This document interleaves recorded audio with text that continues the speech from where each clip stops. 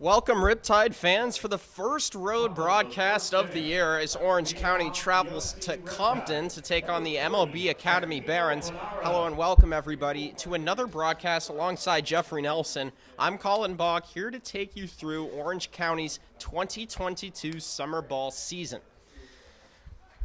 So Orange County hasn't won a game on the road yet. In fact, only one team in the entire South Division of the California Collegiate League has won a road game. So Orange County looking to break away from an unusual trend. And right away, they'll get things started here with Pinero, the leading hitter of the team. So starting on the hill for the Barons, that'll be Nicholas Martinez, who's a redshirt sophomore at Holy Names University. Pinero pops this one out into left field. Two fielders converge. And the play made. Number 24, Austin Krisick. I think that was. So one down already for the Riptide. That'll bring in Austin Krisick, left fielder from UNLV, teammate of Santino Pinero. First pitch there goes for a strike.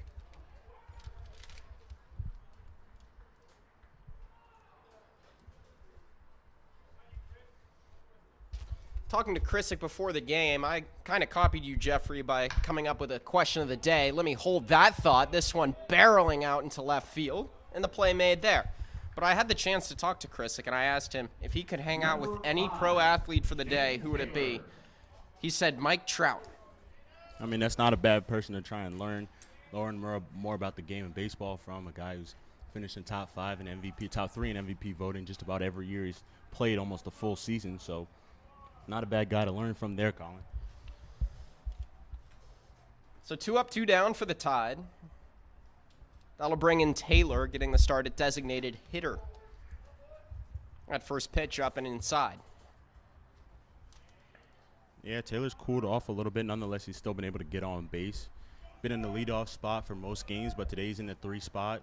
Coach Brown talked about trying to get more offense with this team as Martinez fires in a strike on the outside corner to Taylor. Count will go to 1-1 here, but this is a team that they need to score runs. They hit the past couple of days, and it's just important for them to get their runs early because they've been behind in a lot of games, and nonetheless they've come back. But getting ahead early and putting your pitchers in a good situation is something that's very important. So that pitch goes in the dirt. That'll be ball number 2.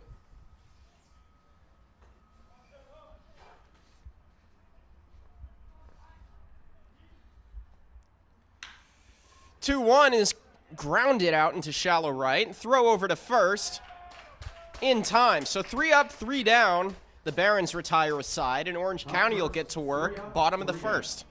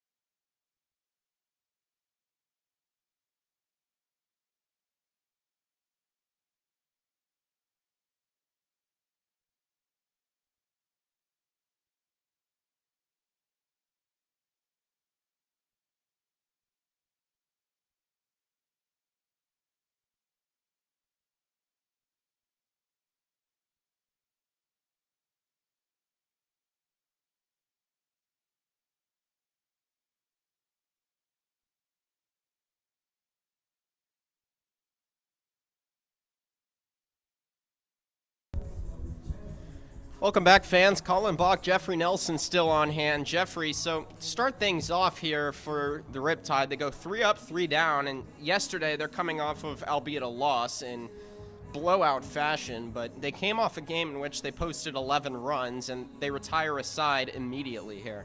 Yeah, 10 runs yesterday, Colin, and they had 23 base runners, 12 hits, 13 hits, and 9 walks, so including hit by pitches there. But Evan Yates will be on the mound for the Riptide. Last pitched 8 days ago, and he went 4 innings, gave up 5 hits and 4 runs. 3 of them were earned, but he only walked 1 batter and had 7 strikeouts, and he faced the order 2 times, faced 18 batters. So be interesting to see how he deals with the MLB Academy Barons as he deals with Kamau Neighbors, the second baseman, in the leadoff spot. So Neighbors gets the start for the Academy. He's a freshman at Long Beach City College. Shows bunt first pitch. They'll call that strike 1. Starter on the hill for Orange County today will be Evan Yates.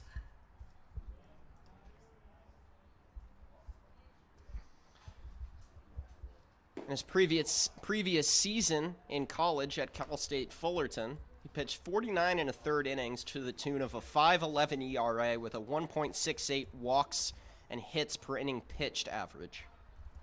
A bit of a slip out there on the mound from Yates on his plant foot there, so caused that ball to be in the dirt. But nonetheless, Yates works decently quickly. He's got a good fastball curveball combo that he uses against these hitters, and it's going to be important for him to find the zone and throw strikes. Coach Brown talked about guys walking too many batters. This one's grounded out into right field, and the play made there by Manning, and that'll be a leadoff single for Neighbors. Yeah, the problem with the Riptide pitching has been that they've walked too many batters, Colin. Well, too many batters, and they got away from it for a game or so, and a game and a half, and then they got back to walking too many people, and that's been a big problem so far, along with driving in runs with runners on base. So we'll see how they deal with it now. Of course, this batter will be Jalen Williams, and we'll see how the Riptide deal in terms of keeping guys off base from giving up freebies. So Soto creeping in from the infield, everyone else in normal position. That goes for ball 1.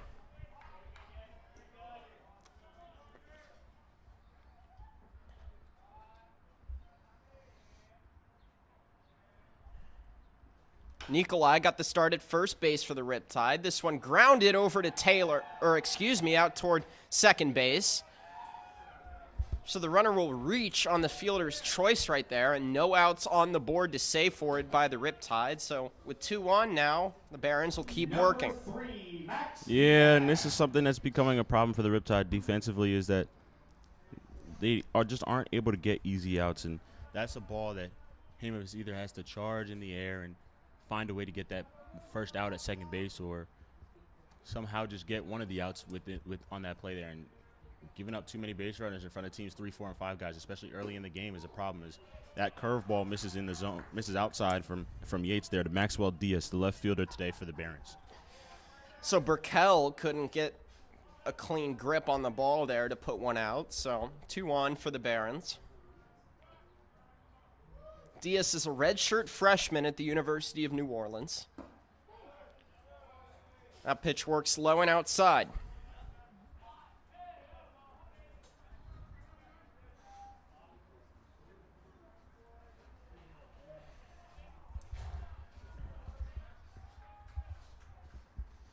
Yates throws a fastball and a curveball. Appears back at second, unloads the pitch, fouled away. Yeah, Neighbors, you can see from the behind the plate camera, trying to get a good jump on Yates, trying to see if he can time him up and see if the Barons can pull off a double steal here early in the game. Of course, already in scoring position, but if you get your other teammate on first base, that is Jalen Williams, into scoring position, that just makes the situation even better for Maxwell Diaz at the plate. No outs yet for the Barons. Yates peers back at second. Unloads a fastball, hard swing and a miss. And a good pitch from Yates, down and away. Yates starting to pick up steam here, bottom of the first, after giving up reaches to the first 2 batters. He's going. So the runner gets his jump. I don't know why that pitch works out and away. I'm not sure why Kamau Neighbors didn't go there.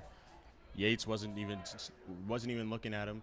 The dugout for the Riptide was yelling step off, but nonetheless he went to the plate, and neighbors got caught too much in guessing and trying to figure out if Yates in fact was going to step off. He should have just went.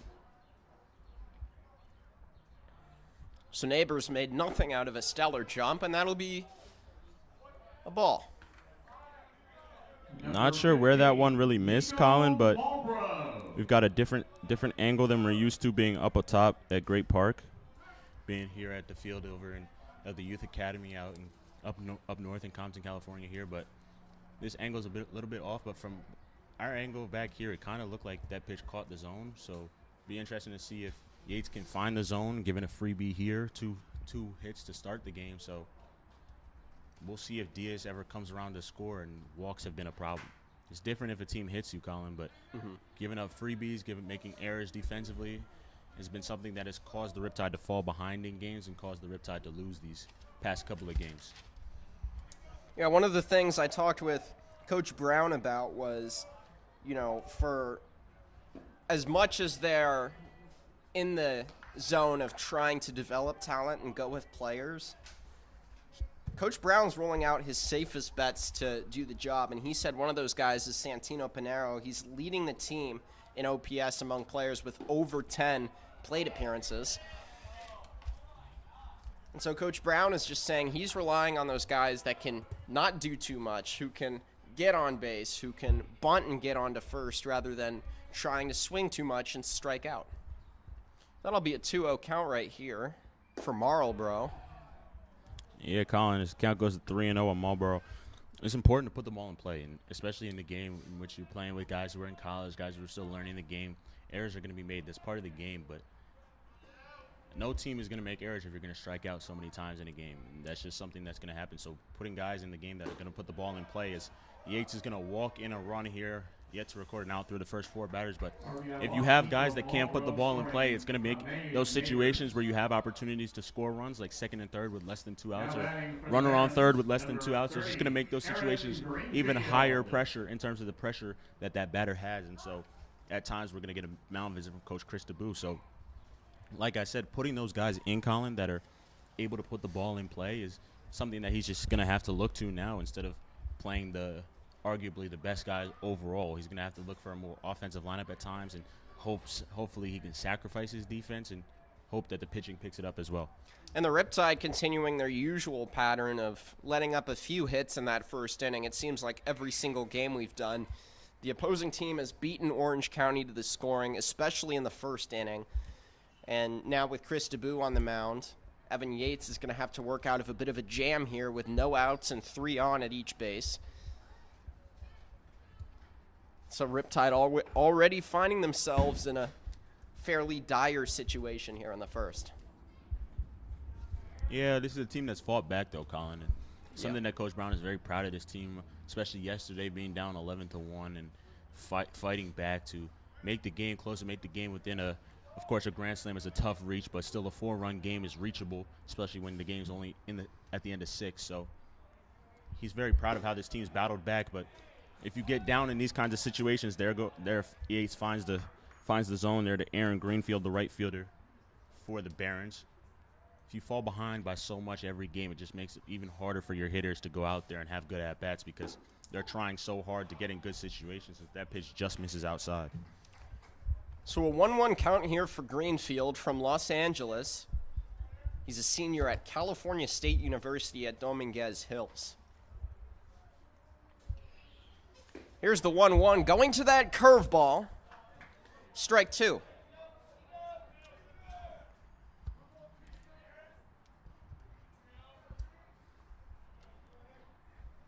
Greenfield struck out 19% of the time in his previous collegiate season. This one's grounded it out toward first, and the throw over to Mez at home puts one down. So a heads-up play there at first base from Nikolai to throw down a runner at home plate, and that'll put one away. Yeah, but also a smart play there by Gavin Mez to hold on to that baseball after he caught it. He could have tried to get that double play and force the issue, try to get 2 outs for his pitcher out there on the mound, but it's important that you don't make mental mistakes. And by throwing that baseball on a close play, it's just smarter to try and get a double play ball here or another ground ball and come home and keep another run from scoring. As Yates is starting to find the zone with his curveball there, but it's up in the zone, which is something that could be a bit of a problem soon. So a reach on a fielder's choice right there from Greenfield will summon Williams up to bat with 1 out. Back-to-back curveballs got him to bite. 2 strikes. Yeah, Yates has a really good curveball. We've seen it in the 2 times that we've seen him pitch this year, calling it first in the scrimmage and then in the first game of the year against the Arroyo Seco Saints. So it's going to be important for him to get that curveball over, but also not leave it up in the zone. And it's really fun to watch, especially at this angle we've got now where we're right behind him and we can see that break on that ball. So he works himself into a 0-2 count. This is Williams, a guy who is a freshman at Harvard out in Greater Boston. Attended Chaminade College Prep School. This one grounded. Burkle throws over to third. Burkell. They won't make the tag. So score another runner. That's a 2-0 lead. They get the force out at third, though, and that's a very smart play by both Dominic Soto and Brandon Burkell to know that because Burkell is going to his right, Soto needs to cover the bag, and you have the force out. So it's not as if Dom Soto has to get to the bag and make the tag. You just got to get to the bag before the runner and hope that Burkell's throw is a good enough throw. And Soto picked it out of the dirt, so although you're now behind 2-0, you've got runners on first and second, so it's a better situation than being down by 2-0 with bases loaded, nobody out still. So the first pitch goes high and outside. That'll be ball number 1. MLB Academy already up to a 2-0 lead.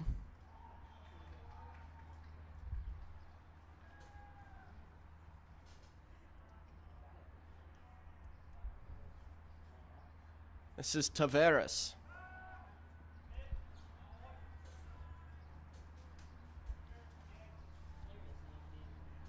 Went to Ocean View High School here in California from Huntington Beach.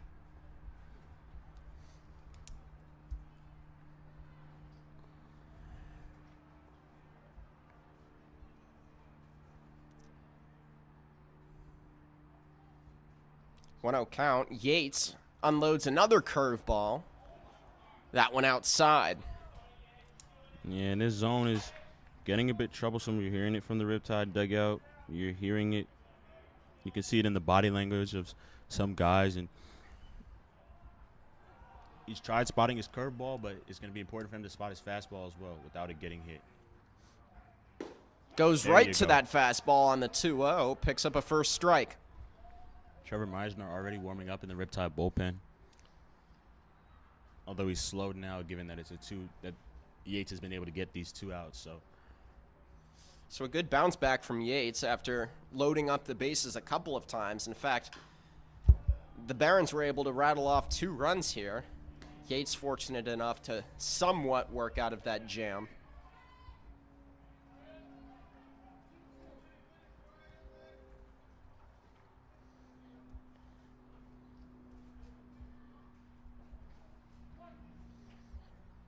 Taveras working with 2s hot.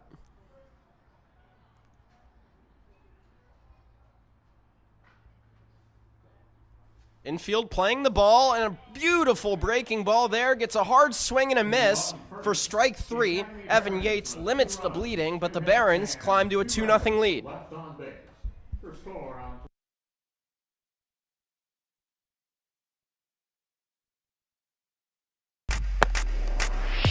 Hi, I'm Michael Lorenzen, professional baseball pitcher. To keep game ready, it's all about practice, practice, practice. At the Irvine Auto Center, it's all about location, location, location, where the 5 meets the 405 at Lake Forest Drive. So, if you want to turn the search for your next vehicle into drive, go see the team at the Irvine Auto Center. Turn your search into drive, where the 5 meets the 405 at Lake Forest Drive.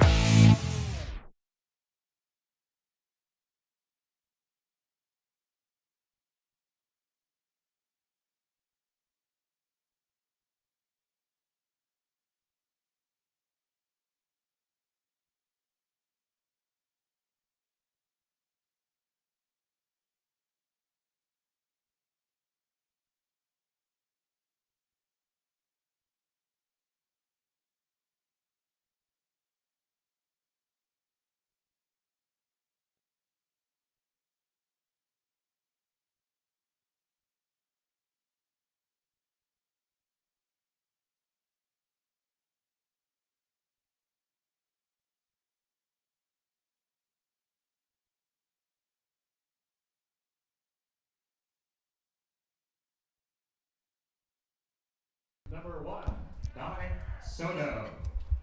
So the Riptide yesterday went through 9 innings and defensively only allowed 1 runless inning. Today they've already allowed 2 runs to the Barons in the bottom of the first, and so picking things up for Orange County, that'll be Soto. First pitch, way out and away.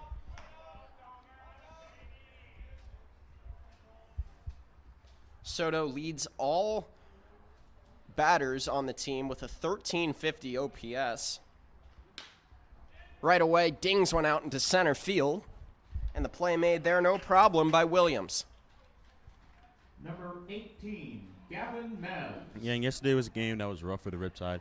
Turner got hit hard through his first 2 innings and a little bit 2 innings in the third, that is. But nonetheless, the Riptide didn't start scoring until the 5th and the 6th inning. They had 1 run up until that point. So it's very hard for your pitcher to keep going out there and keep being competitive. Christian Finnegan did a good job of that. Ryan Dougherty did a good job of that. But it's important to find a way to score runs in the first 3 frames, in the first third of the game, because it gives your pitchers a feeling that you guys are going to be able to come back even if they give up 1 run or 2 runs in an inning. As Mez lines this one to second. So Mez, oh, what a beautiful grab there made by Neighbors. So the Riptide are putting balls into play, but they're getting looks just like that. So 2 up, 2 down for the Tide here in the second. Yeah, and it's something that they've been doing for the past game. Yesterday they only struck out 6 times, Colin. When you make 27 outs in a ball game and you strike out 6 times, that means that 7 innings total the team had to get an out. The Riptide ran themselves out of 4 outs, so pushes it down to a little bit over 6 innings. But nonetheless, to put the ball in play each time that you get out in those 6 innings is important, and it's something that you like to see if you're the hitting coach, which is Coach John. So it's something that's you could take as a positive as well as the offense as a whole yesterday, but you've got to start scoring early. Big swing and a miss there by Burkell. Gets strike 1. And he's working against a guy in Martinez with a .57 ERA through 15 and 2/3 innings pitched. Just mind-boggling numbers. A .957 whip. But he only strikes out 6.3 per 9 innings.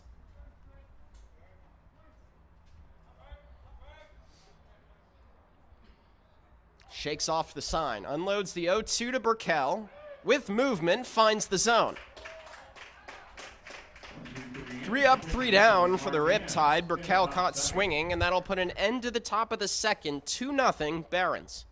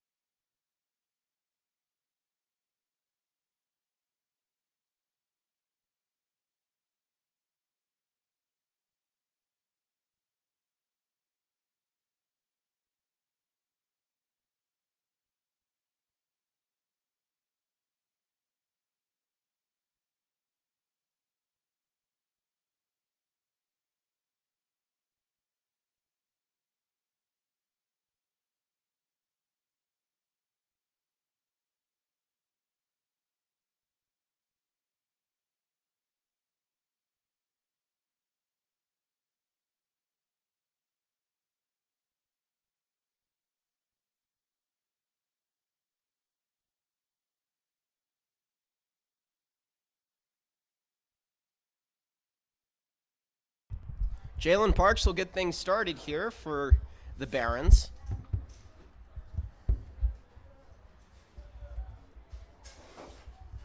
Batting in the 8th spot for MLB Academy.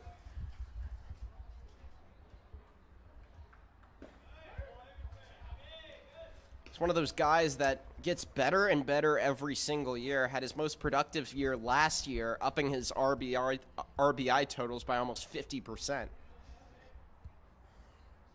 Here's the 0-1. Yates goes back to the breaking ball. Can't locate it. Yeah, first two pitches of the zone of the at bat, have been curveballs. One that just found the zone and one that dropped below the zone. See if Yates is able to spot the fastball. That one breaks outside to the outer corner for strike one. He does there, and the last pitch he threw at the bottom of the first inning was a changeup that he got Tavares to swing and miss on. So we'll see if he's able to locate that pitch, especially to his lefties. But so far, it seems like he's just going to throw to righties the curveball. Here's the 1-2, another curveball, grounded.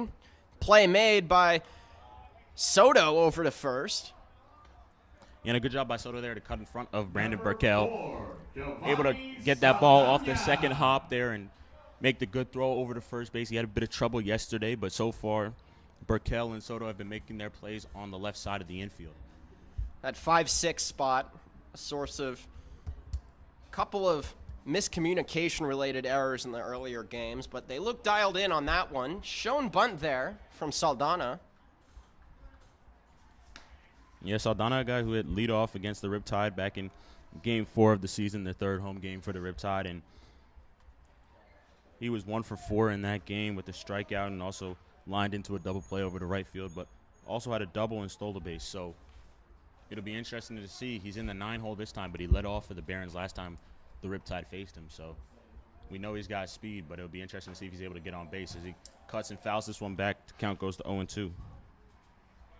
So Saldana, is one of those guys who makes up for a lack of power with speed. And, you begin to understand why when you realize he's 5'5" and 120 pounds, not the largest frame by any means. So to be able to use that speed to provide value on offense makes him fun to watch. Gets a clean cut on a curveball. This time Burkell makes the fielding play over to first to put a second out on the board. Yeah, and Yates has done a good job of pitching to contact, and I think that must have been something that was talked in the dugout, was letting these guys put the ball in play, but also still being competitive with your pitches. It's different if you're pitching outside the zone, pitching scared, pitching nervous, and not even giving these guys a chance, because you never know what they're going to do. Of course, if they put a ball over the fence, and good job by them, but these guys aren't necessarily going to find a gap every time. Sometimes you have fielders there. Yates fires up high, ball one. So a 1-0 count here for Yates.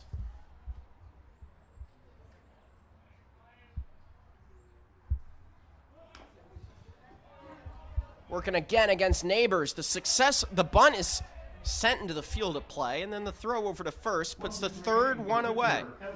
So the Riptide hold the Barons without a run here in the second, still trail 2-0.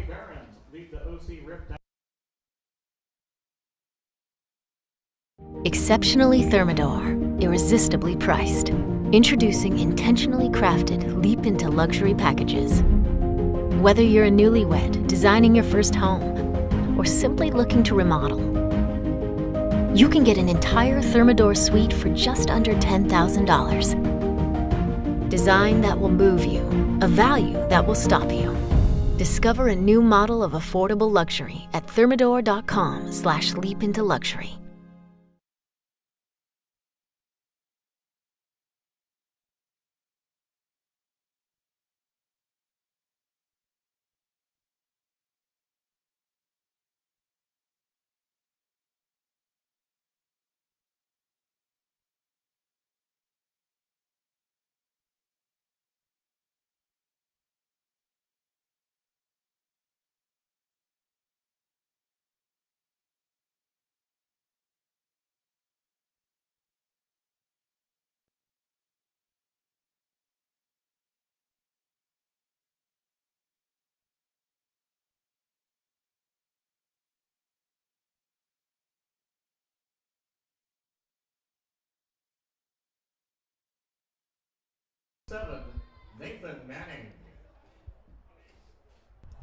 Nathan Manning gets to work next for Orange County.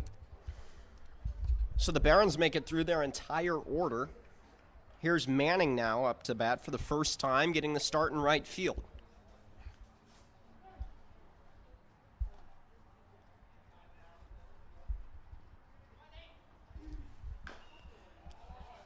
Bounces one out of play for strike one.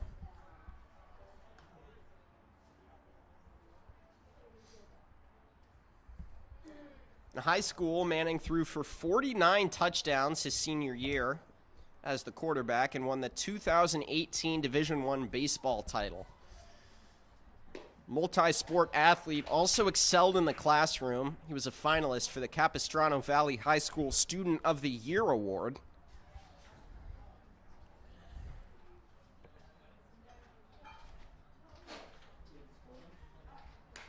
O2 ball breaks his bat.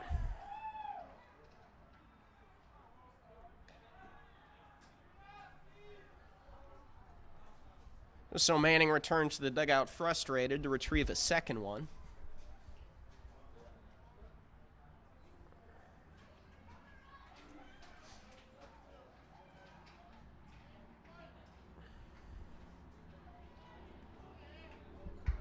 Manning has made 12 plate appearances so far for Orange County this year. Has a 642 OPS. There's the 0-2, clocks this one high into the field of play towards center field. Williams gets under it to put a second one away. Number 11. So that'll put the first one down, and that'll bring in Nikolai.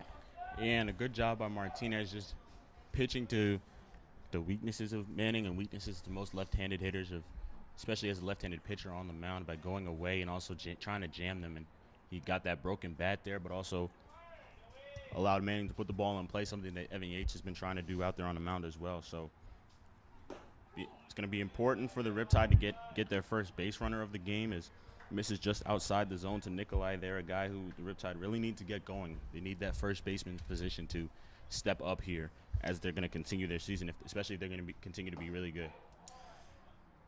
The 1-0 finds the zone for strike one.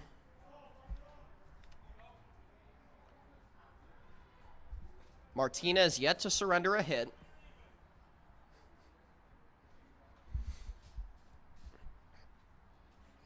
One curveball breaks into the below the zone. Yeah, you almost were going to say breaks into the zone, and that's exactly what it looked like from behind here. But so far, it's been an interesting zone from the home plate umpire. So be interesting to see if he can keep it consistent. Of course, if it's consistent, nobody's going to complain. But so far, his zone has seemed a little bit different. We'll see. Nikolai's going to have a 3-1 count here as he took that fastball up and away for ball 3. So he's most likely going to be getting a fastball. Colin, it's important that he times it up here and gets a hard line drive. Of course, the Riptide have been putting the ball in play so far, but you need a base runner. Nikolai now working with a hitter's count with 1 out. Pitch on the way, high and outside. The first base runner finds first base for the Riptide here in the second inning. In the third inning, and so that'll bring Himovitz up to bat with 1 on. Himovitz looking for his first hit of the season. Yeah, but it was a great job by Joey Nikolai to have the discipline to leave that pitch up in the zone. We see it a lot of times on 2 strikes, trying to get guys to swing and miss and strike out on at bats. But this is a guy, Gavin Himovitz, who stepped to the plate with a runner on base, who's been doing really well, and he's hit the ball hard just about every time he came up, especially yesterday, as he takes strike 1 there from Martinez. So it'll be interesting to see how Himovitz does today, hitting in the 9 spot, see if he gets a little bit more fastballs, a little different pitches, and hopefully he can get a base hit. But he's been hitting balls hard just at people. So Himovitz with a .500 on-base percentage. He gets on base when he needs to and had a strikeout rate last season in college of 112. So he's not a guy that makes a lot of errors at the plate. You'd think it's only in due time he'll get his first hit. This time that ball finds the zone. Strike 2. Yeah, you said he's due. And it's not as if he's not a good hitter. It's not as if he's been missing pitches by a lot. He's been right on pitches. He's just gotten unfortunate. So hopefully the baseball gods will be on his side today and give him an opportunity to at least get a hit here. Martinez's pitch breaks in the zone. That ball clipped him, Colin. It's going to be a hit by pitch. You could hear it from back here. That ball clipped And it did. You're right. Hand. It went off, looks like the elbow pad or the arm maybe. That'll send him to first. So now 2 on for the Riptide with their statistical best hitter up to bat, looking to make a dent in that Barons defense that is still yet to concede a hit. Yeah, but also the right guys that you wanted to play. Panero, Krisick, and Shane Taylor, the guys who have been driving in runs. And, of course, Coach Brown has talked about how the middle of the order hasn't been driving in the runs, but if you get runners on base in front of your top 3 guys, then they've got the opportunity to drive guys in. So be interesting to see how Panero does in this at-bat. Of course, he's been used to hitting in the 9 spot almost all year at school, almost all year here with the Riptide, but now he's in the leadoff spot, so he's going to get different pitches. He's going to get pitched to differently just in general in terms of location. So it'll be interesting to see how he deals with that, but he's been a very hot hitter, very, very hot hitter. So the Barons looked like they wanted to go for a back pick at second with Marlboro. Unloads again for strike 1 here, working against Panero. Yeah, Panero yesterday was 3 for 3 with 2 walks, so 5 at-bats, didn't even record an out yesterday. So definitely hot at the plate. He's got an opportunity to drive guys in. Sizzling Santino sits on the second pitch. That'll go for ball 1.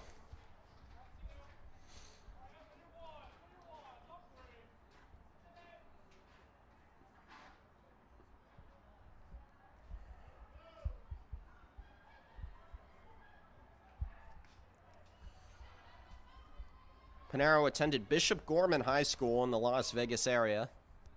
Football powerhouse. Clocks this one high in the sky. And that drifts out of play. 1-2 for Panero.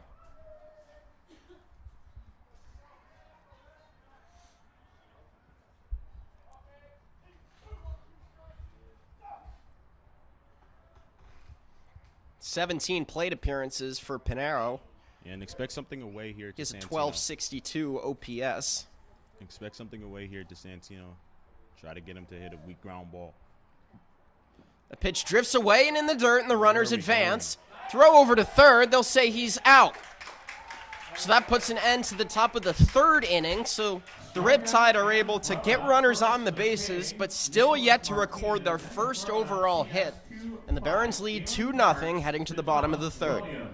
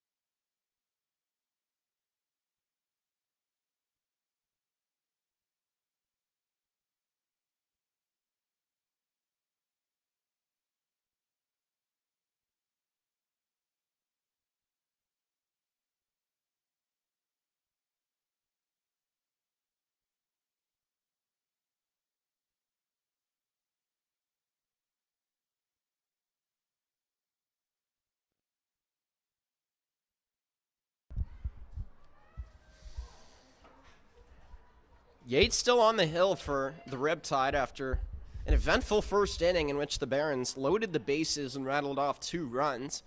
After a pitching mound visit with Coach Taboo, was able to sort through a jam to get out of the inning mostly unscathed. First pitch there goes for strike 1.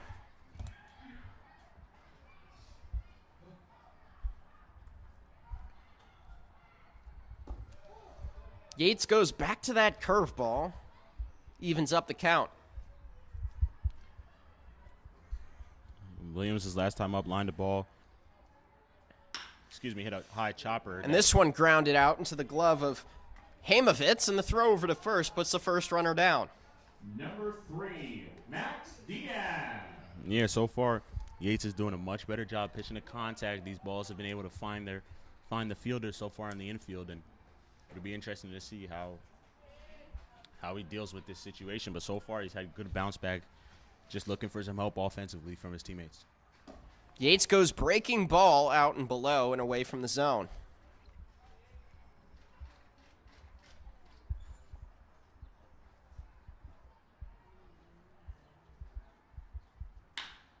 This one grounded out to left field, and that'll get by him for a base hit. So with one out, the Barons are able to keep the offense churning. Yeah, and So that puts Williams on at first. Diaz, excuse me. And this is something that has been a bit of a problem. Of course, Dom Soto, he's a great hitter, but his range defensively over at third base, of course, he's also catches at times. So his range defensively over there at third base isn't top tier, but because of his bat, he's got to be in the lineup. So you give up a little bit over there at third base, but nonetheless, it'll be interesting to see how far that defense is able to take the Riptide and if they're able to keep up. So you saw Soto make a pretty solid play back in the second inning where he beat Burkell to make the play over to first, but there got caught up. The curveball levied over the pitching mound, and it's out of the glove of Burkell. The Riptide have more errors than hits here to start, and the runner advances out to third. So in prime scoring position are the Barons. That'll bring Greenfield up to bat for the second time.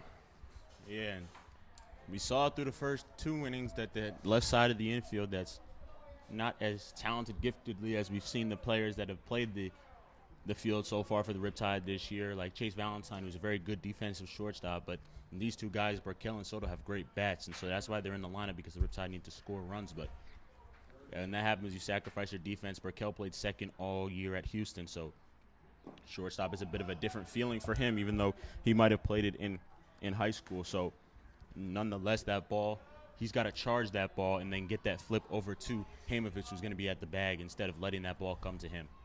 So Yates pitches number 1 into the dirt and low and inside. This one cranked out into center field. Panero makes the grab.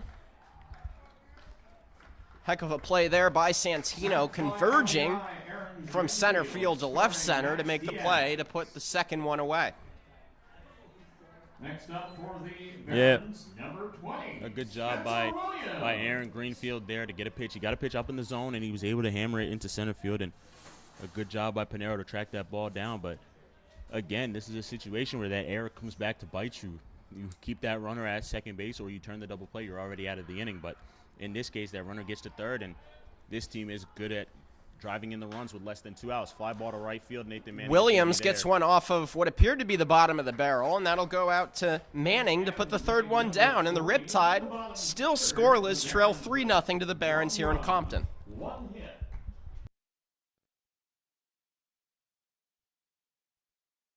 If you're away from your team's city or like to watch games with fans like yourself, select your team and where to watch. Team Barfinder does the rest. Search for Team Barfinder online or in the App Store.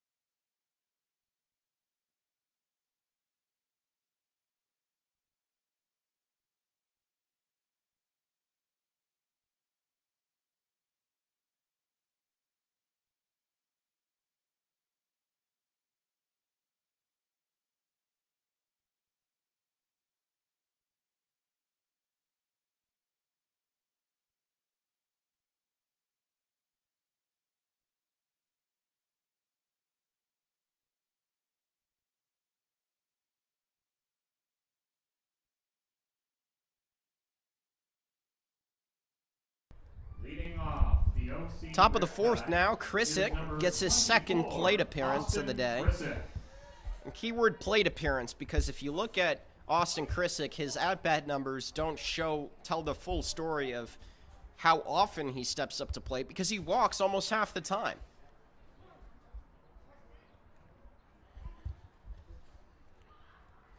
Krissick with a strikeout rate of just .087. He's a guy who gets on base at a 545 clip, strikes out less than 10% of the time. No shortage of efficiency. Pops this one up into right field. Greenfield gets under that to put the first one away. Number 5. Yeah, and yesterday the Riptide were attacking the pitchers early, but they also got walked at times when they fell behind yesterday, down 11-1. So they were able to get back in the game by having good at-bats, but also not waiting too long, not waiting until you have 2 strikes on you to go and have a good at-bat to try and get back into the at-bat. So it's going to be important that they attack Martinez here and try to get their hits early in the count, which is really when you get your best pitch in an at-bat. First pitch to Taylor. I'll say he found the corner of the zone. Something you always want as a manager is just a consistent zone, and it seemed like that pitch was outside, a pitch that he hasn't called a strike today. But And one of the things you were mentioning, Jeffrey, was, you know, they're not calling anything on the corner there. So to see that one called seems a little bit off-brand.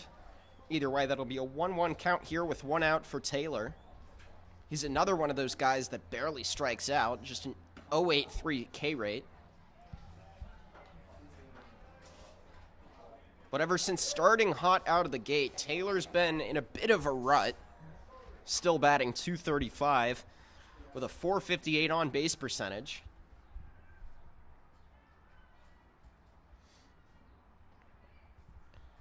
Two-one to Taylor, bounces in the dirt and out of play. yeah, and so far they've been trying to go away to Shane Taylor, but that pitch was in, and you saw him off balance a little bit. So we'll see. Martinez got Santino Pinero on a slider down and away. We'll see if they throw that to Taylor here to try and get him out as well. 2-2 to Taylor, lofts this one high and out of play. Yeah, and that was a slider there, and Taylor did a good job of fouling it off. So be interesting to see where Martinez goes here. If he goes back in, 4 out of the 5 pitches in the at-bat have been away. So even though that one pitch that was in, the catcher was set up away. So it'll be interesting to see if they stay away or come back into Shane Taylor. Here's the 2-2 to Taylor, and it works its way in the zone for out number 2. Yeah, threw him back-to-back sliders there, and Number 1. Taylor was able to foul off the first one, but lefty-lefty matchups are always difficult. So that one just caught the edge of the zone, and Taylor knew it as well. Here's Soto, who can play basically anywhere in the infield. Has played catcher, he's played first, he's played second, he's played third, but doesn't really play shortstop. Yeah, but like we said, he's in there for his bat and his ability to drive in runs. And Coach Brown said he's one of the guys who's been doing that, and that's why he's in the lineup right now, because he's capable of driving in those runs. And so in a situation where he doesn't have that opportunity, it's just important for him to get This on one base. quickly chopped out into shallow left. Throw over to first, retires the side. Still no hits for the Riptide. Thomas Williams.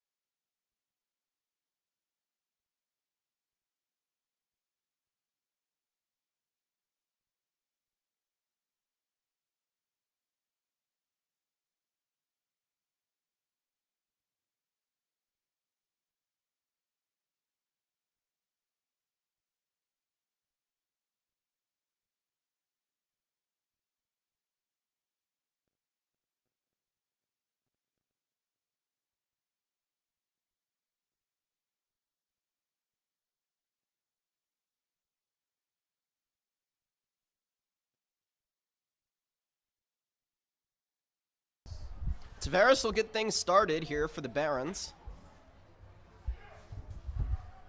Batting in the 7th spot for MLB Academy. Went to Ocean View High School in Huntington Beach. First pitch, hard cut out into right center, and this will drop. Panero wisely converges to make the play to halt him in his tracks, so a leadoff single for Tavares. Number 31, Jalen. One pitch, one swing, one hit to start the 4th inning for the Barons. That'll bring Parks up to bat yet again. The senior at UC Lutheran from LA. Yeah, Cal Lutheran, the home stadium for the Conejo Oaks, who the Riptide played at earlier this week. And curveball in there for a strike from Yates. Continues to throw that curveball on first pitches to these hitters, especially right-handed hitters, and able to find the zone. So see if he doubles up on it again here to Parks. I believe he did last time as well. That's been his favorite pitch all night. This one hard hit out into right center field. Panero and Manning converge, and Panero makes the play himself. So Santino Panero getting a couple of good sprints in, makes 2 great plays. Yeah, and again, I've mentioned it the past 2 innings because it's just something that's changed since the first inning, is that Yates has been pitching to contact. And when you pitch to contact, you give your team a chance. Of course, some guys are going to hit the ball harder than others. But nonetheless, that ball's going to clip. Saldana is going to be hit by a pitch. So it'll be first and second with one out here. But Good eye right there. When you give your defense a chance and when you force the other team to get their runs on their own, it just makes it a different kind of game, because sometimes you might get lucky, sometimes you don't get lucky. And giving teams freebies and just allowing them to hit a sacrifice fly and score a run is just something that you can't do in this game, especially if you want to win the league. So here's Neighbors, who attended Voyager Academy High School. He's a freshman at Long Beach State City College.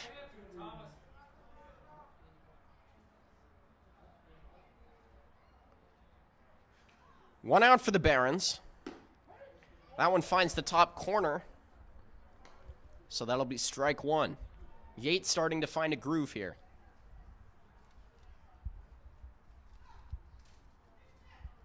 Saldana takes his lead off first.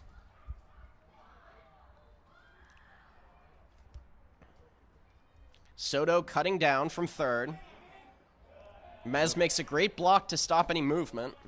Yeah, and a great block by Mez. Fastball's the hardest pitch to block, and Mez just went down and got it. Of course, he wasn't able to find it for a second, but nonetheless, you hear feet, and that means that ball's right below you as you stand up. So good job by Gavin Mez to block that pitch. And we'll see if Yates throws Neighbors here a changeup at all in this at-bat, something that he threw the first time he struck him out. So here's the 1-1 from Yates.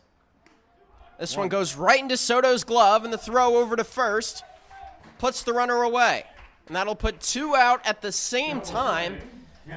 So timely fielding from Orange County. We'll see if that turns into anything on the offensive end when we come back.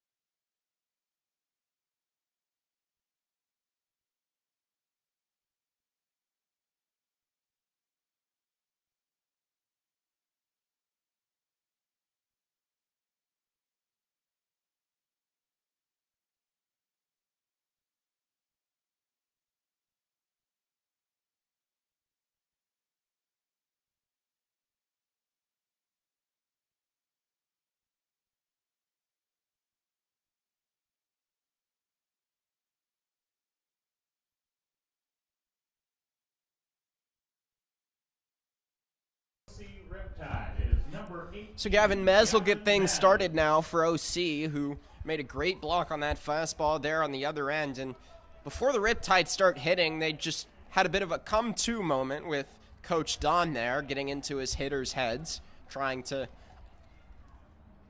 get them inspired, hopefully alleviate some of the stress of working against a team that's held them off of the base paths pretty much.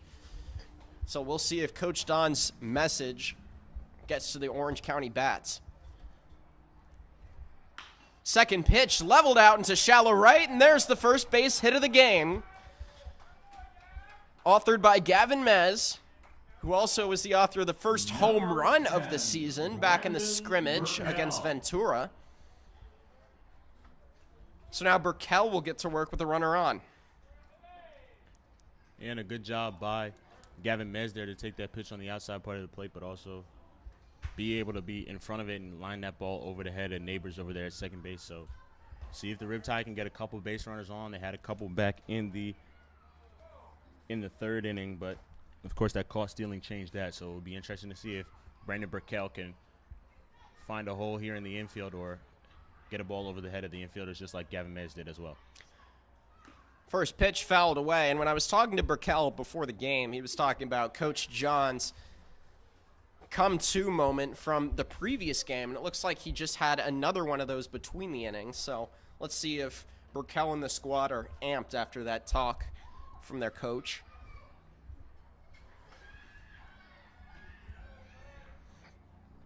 Burkell, of course, in this lineup because of his bat, and so been hitting the ball well recently. Yesterday he had a couple line drives in his pinch hit at bats that he had against Arroyo Seco, but he's going to look to get on base here, especially in front of Nathan Manning, who had good at-bats at Conejo earlier this week.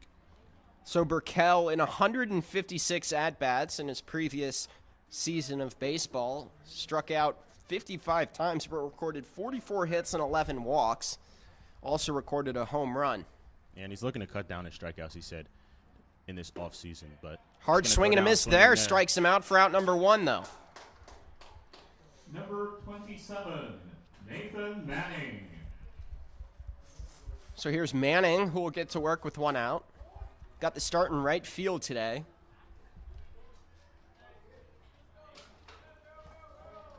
From Mission Viejo, California.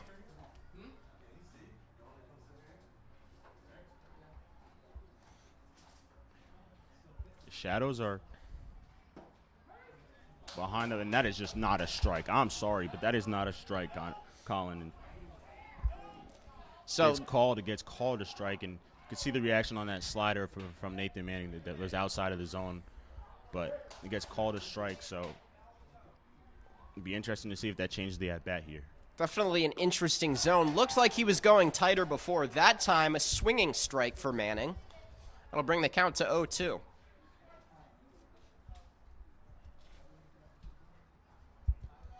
But I was talking about the shadows, and they're becoming a bit of a problem as they're behind the plate. But, of course, the pitcher is in the sun, so the rotation of the ball, you're going to pick it up a little bit later, and especially on sliders to lefties like Nathan Manning there, they might be hard to see, but it's not going to help at all if the umpire is going to call pitches that aren't strikes.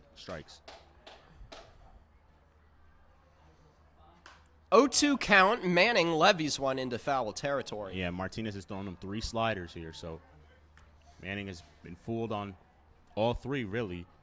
Had a good take on the first one, even though it wasn't a strike and got called a strike, but he's been fooled, but he's been able to foul that last one off in a 0-2 count. So we'll see if Martinez stays with that fastball, stays with that slider, or if he goes to that fastball.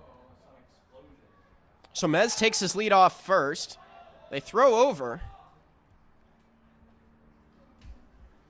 Martinez clearly enticed by a potential back pick at first.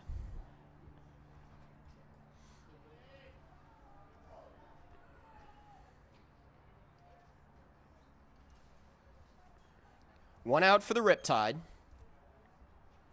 0-2 goes high and above the zone. Wise decision there from Manning to sit on the pitch. Yeah, but that's almost a waste pitch there. I'm sure Martinez will go back to that slider here to Manning and hopefully get him to chase. So by changing that eye level, changing that speed of pitches there, by throwing the fastball up in the zone, it's going to set Manning up with a slider away here. Martinez's pitch is cranked out into shallow left. The play made there by Williams puts the second one down. Catch by third baseman Thomas Williams. So that's Thomas Williams making the play there. Now up for the OC Riptide, number 11, Joey Nikolai. Nikolai getting his second go around at the plate. He's got an 829 OPS so far in 10 plate appearances.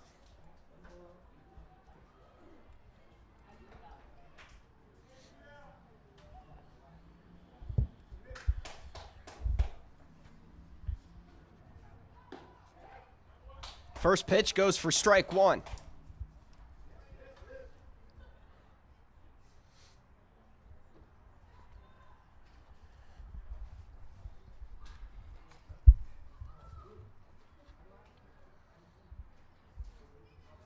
Riptide still looking for their first run of the game. This one fouled off the edge of the barrel.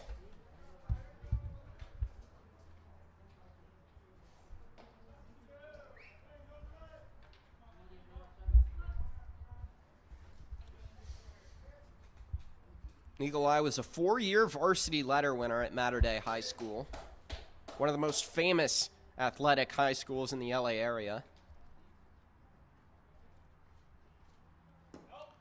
This pitch warps inside. Call that a ball. See if Nikolai can find a pitch and find a gap as well. Of course, there's a 1-2 count, so you still got to protect, but it's going to be important for him to not chase pitches out of the zone. It's been a bit of an inconsistent zone behind the plate, but you still have a rough idea of what the zone should be like, and it's going to be important for him to not chase anything like a fastball up in the zone. 1-2 pitch, curves above the zone, and this goes by the line. The umpire will wave him back, actually. That one looked like it was a base hit at first glance. That one went foul before it reached the bag.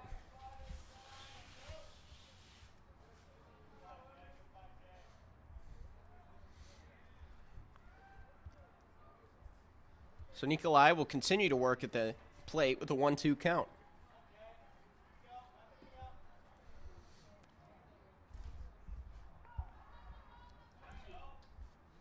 Academy out hitting Orange County 4-1 so far.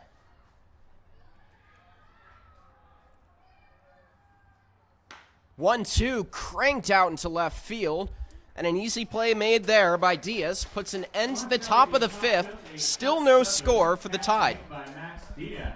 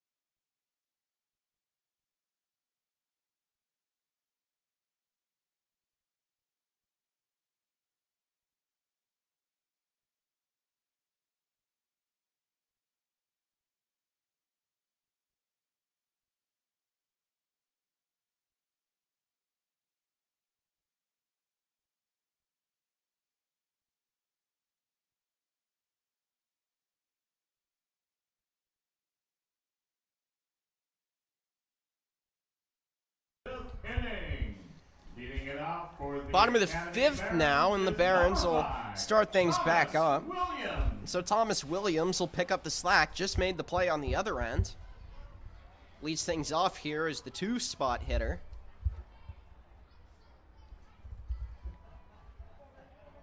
In his last 42 games played, In his previous season at Santa Ana College, he hit .338 to close out the years. There he goes, hits one out into center, and Pinero corrals it. I think they're going to say that he trapped it, Colin, and good eye right there. that ball bounced just before he was able to get to it in his glove, but actually a really good play as we're going to have a pitching change.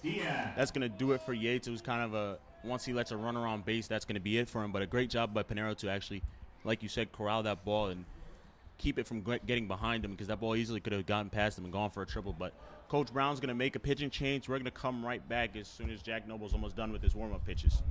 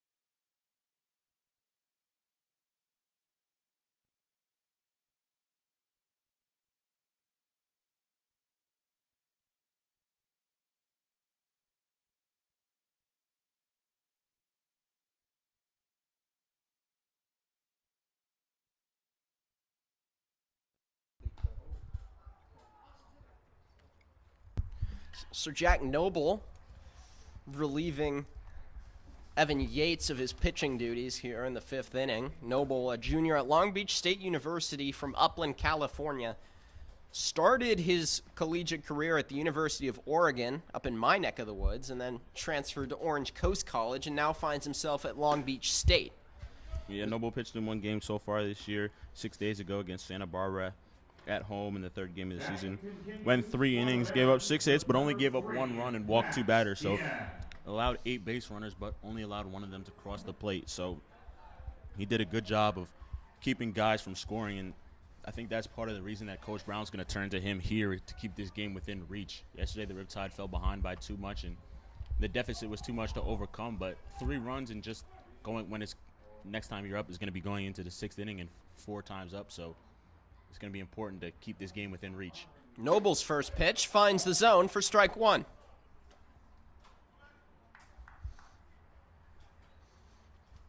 Noble toying with the inside part of the plate. He's got a good fastball, changeup, and curveball, does Noble. Goes curveball there. This one popped into the sky.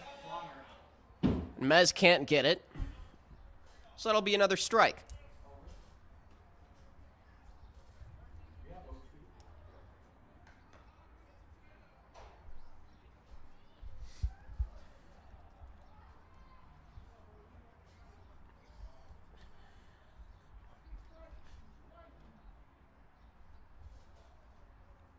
Noble's a good strike thrower. Throws a lot of fastballs, and he's confident in it, and he's able to throw it to both sides of the plate and on to both lefties and righties as well. So another good block by Mez prevents any leakage. I'll go for a ball.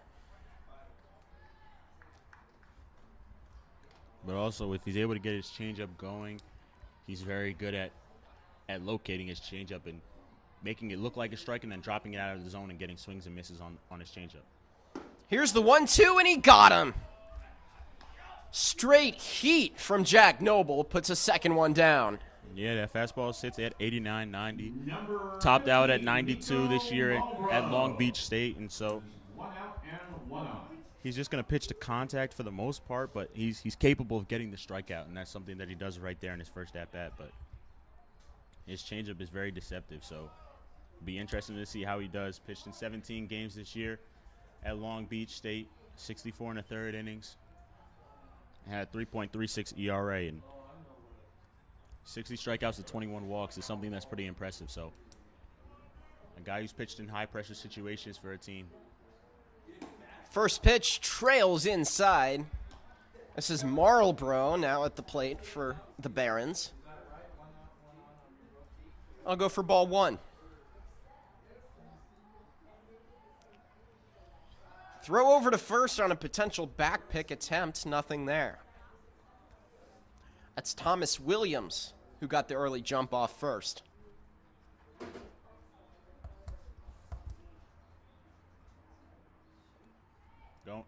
Here's the 1-0 from Noble, fouled away.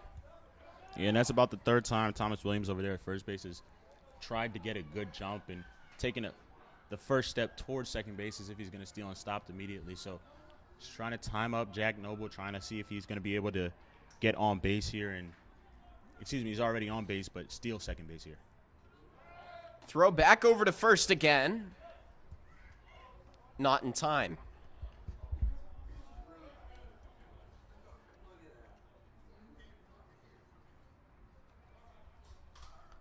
Marlborough last season had a 767 OPS, 400 on base percentage. This one clocked out into left field, and that'll be a base hit for the Barons. Williams rounds second, and it'll put two into scoring position with the double there by Marlborough. A good piece of hitting there by Marlborough. Got a pitch down and in, and drove it into the left field line, drove it over the head of Soto down the left field line, but also a good job by Austin Krissick to hustle into that corner and cut that ball off before it got to the wall.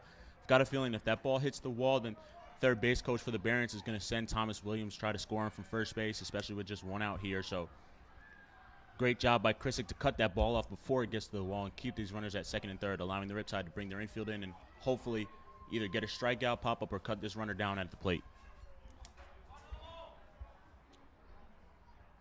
So the infield cuts down for Orange County. First pitch, low inside.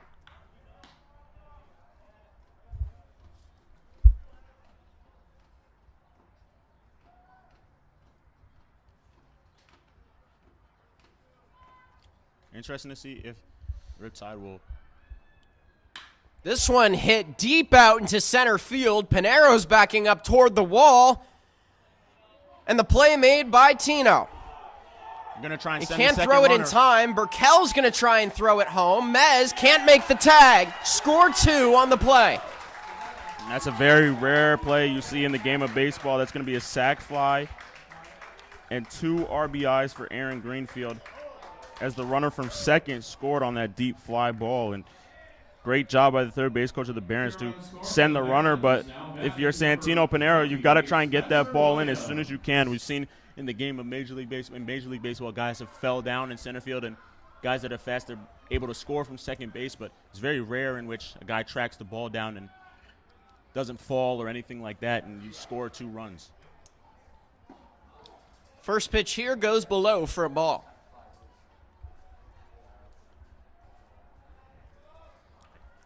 Williams has only made 2 collegiate at-bats. He's credited for a red shirt, so he'll get another chance for his freshman year. This one fouled away for a strike.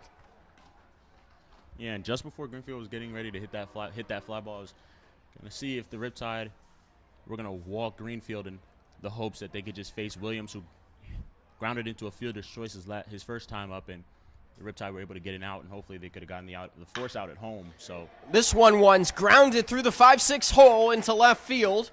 Krissick will corral it, but a base hit there for Williams.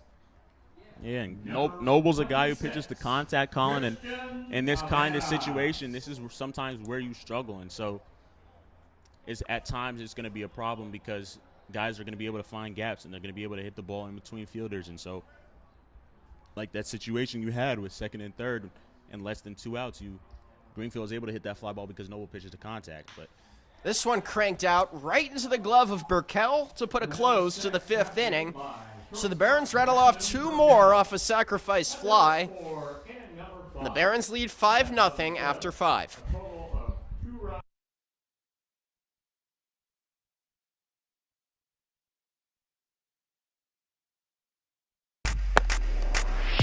Hi, I'm Michael Lorenzen, professional baseball pitcher. To keep game ready, it's all about practice, practice, practice. At the Irvine Auto Center, it's all about location, location, location, where the 5 meets the 405 at Lake Forest Drive.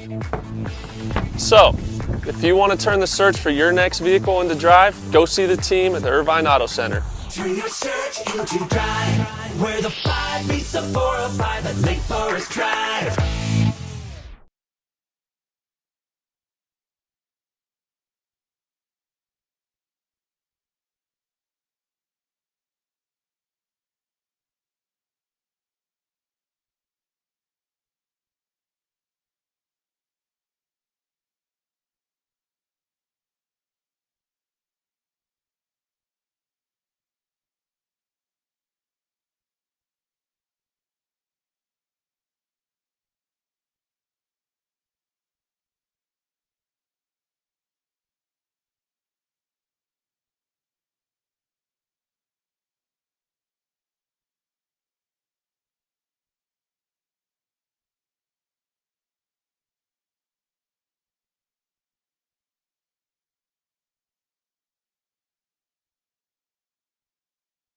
Is number 7, Gavin Hamovitz.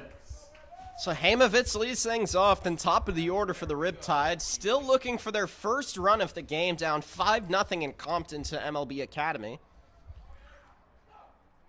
See if the Riptide change up their approach here. Try to attack these pitches early, get that first couple pitches, and take a good hack at those.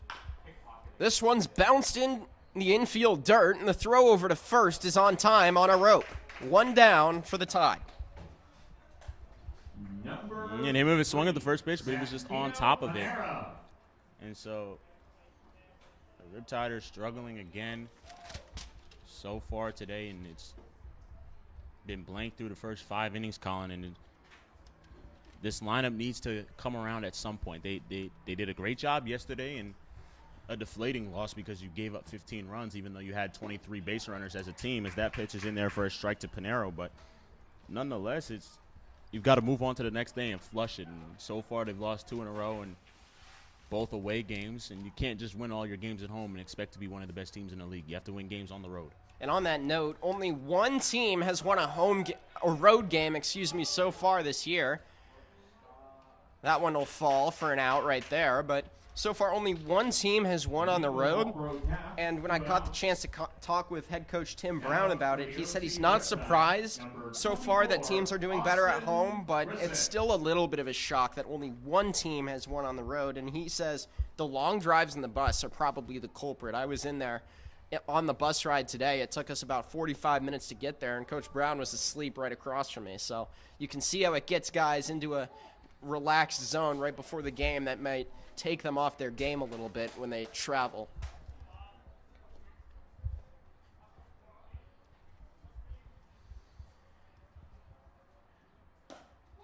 This one works its way outside for another ball.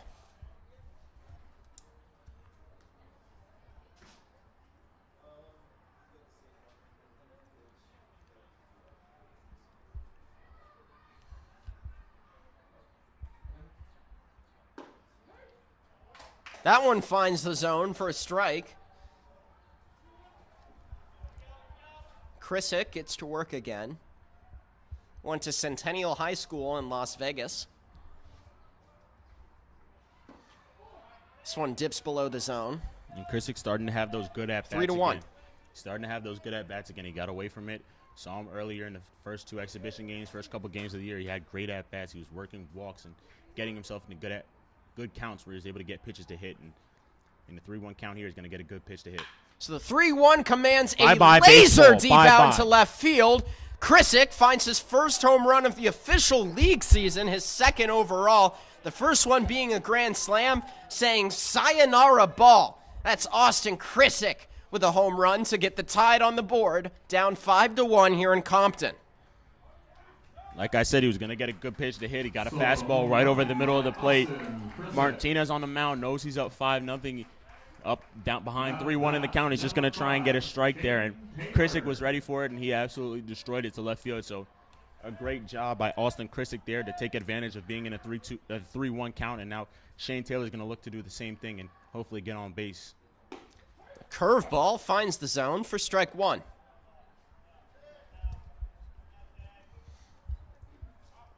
He's going to see a lot of sliders in this count.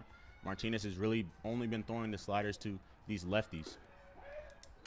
That'll find the corner of the zone for another strike. That one looked like it trailed off and away a bit.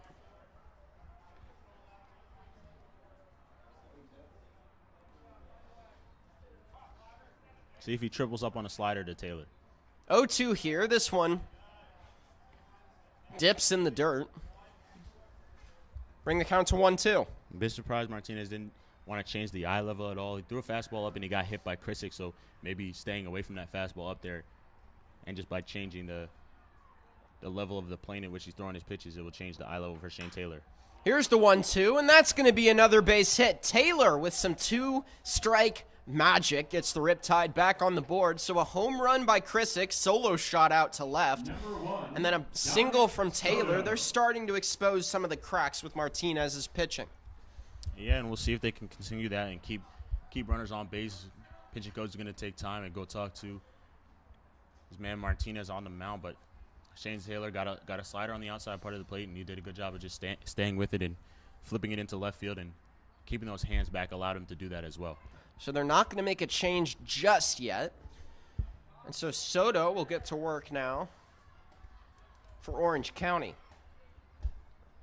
So entering this game, Martinez had an ERA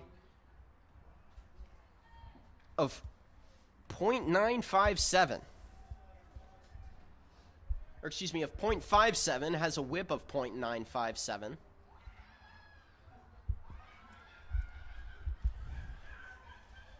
Surrenders his first run of the game on that solo shot there by Krissick. So Soto will take the plate again, and we will play on with 2 outs.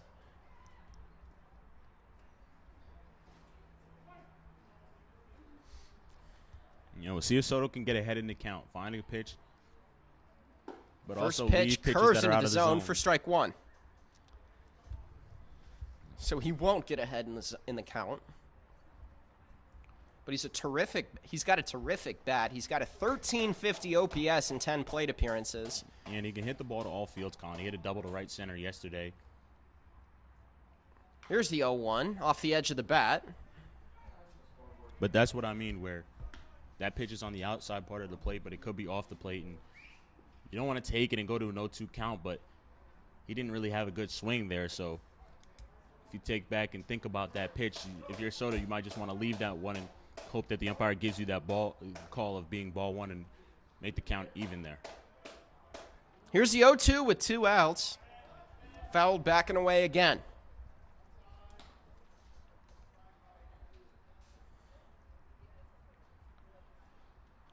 So Soto salvaging some quality cut opportunities here, despite falling down 0-2 in the count. Working with a runner on, that's Taylor, who reached on the single. This one curves into the dirt. Ball one. And see, that's a great take. Recently, the Riptide have been chasing pitches like that or chasing pitches out of the zone. So for Soto to take that pitch, and now most likely he's going to get a pitch up in the zone here or something away again. So be important for him to just drive that ball to right field. If he gets a pitch up in the zone, he can just do whatever he's capable of doing with it. Here's the 1-2. This one goes off the pitcher's mound and goes into right center field. 3 straight base hits for the Riptide with 2 on now in first and second. Orange County starting to get some juice. Number 18. Yeah, and Soto got a pitch on the outside part of the plate. That's going to do it for Martinez. But by taking that pitch that was down in the zone, it allows him to, when he gets that pitch up in the zone there, to drive it into center field there and get it through the infield. So we'll be right back. The manager's actually going to change his mind, I believe, and he's going to leave Martinez out. Oh, I guess there. not. I was prepared to go to a commercial break there. It looked like he signed over to bring in a new pitcher, but Martinez will stay on. My mistake.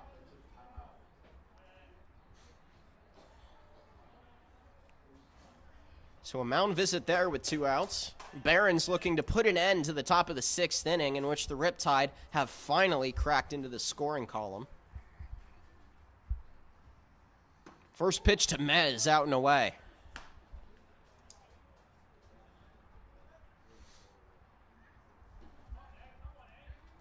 Yeah, Mez is going to get a slider at some point in this count. Is whether he's going to be able to lay off of it out of the zone, or if he does get it, just flip those hands and flip it into left field.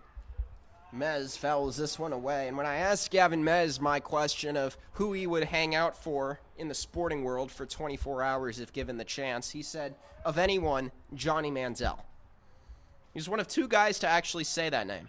It sounds like a question that he would have answered back in 2014, but, you know, it's still an interesting answer to say Money Manziel. Mez likes to have his fun, I guess. Here's a 2-1 count with 2 outs.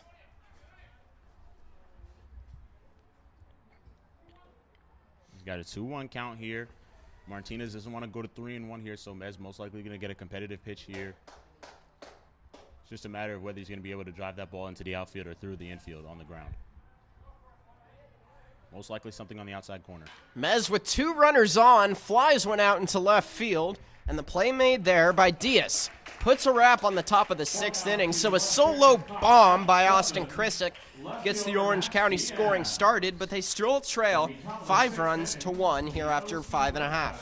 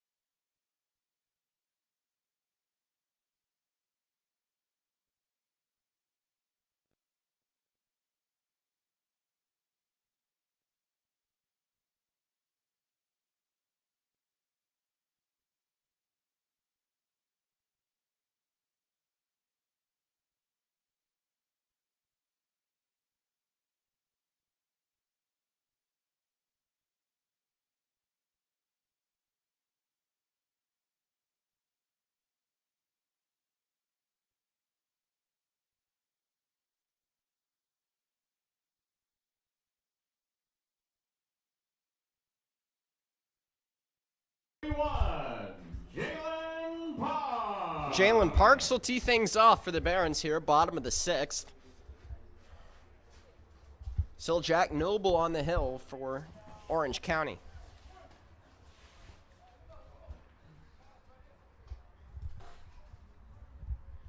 Noble unloads a curveball into the zone for strike 1.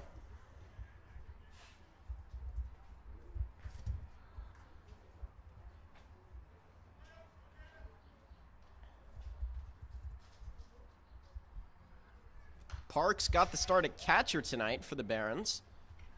Fouls that one away for 2 strikes. And he started last time at catcher as well. Excuse me, started at DH last time. The Riptide and the Barons faced each other, of course. Mario Tostado was the catcher last time the Barons, and he was fantastic behind the plate throughout 3 base runners, I believe, in that game. Here's the 0-1. 2. Count goes to 1-2. That'll make it 1-2.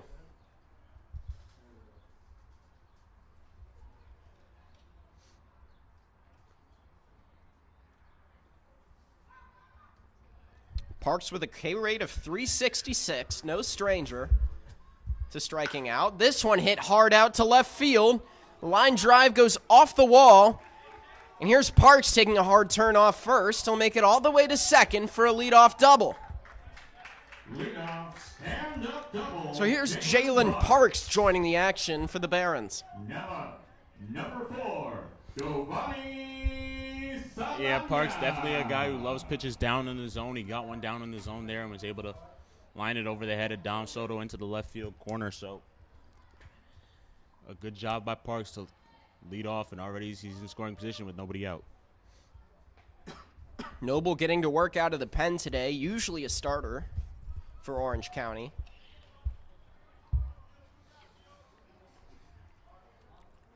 Corners are in, expecting bunt from the 9-hitter Saldana.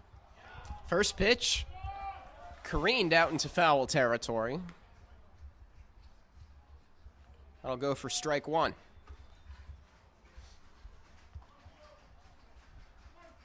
Saldana, meanwhile, doesn't strike out. We mentioned Parks' strikeout rate of over 300. Well, Saldana with a strikeout rate of just under 100. Good block by Mez.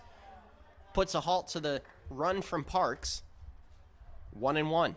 Something Gavin Mez has worked really hard at ever since that second exhibition game against the San Diego Waves. He's done a really good job of blocking pitches behind the plate. Did a good job of blocking that Noble curveball there, because it's really important for him to be able to block pitches so that his pitchers can trust him in terms of throwing pitches in the dirt. 1-1. This one lined out into left field.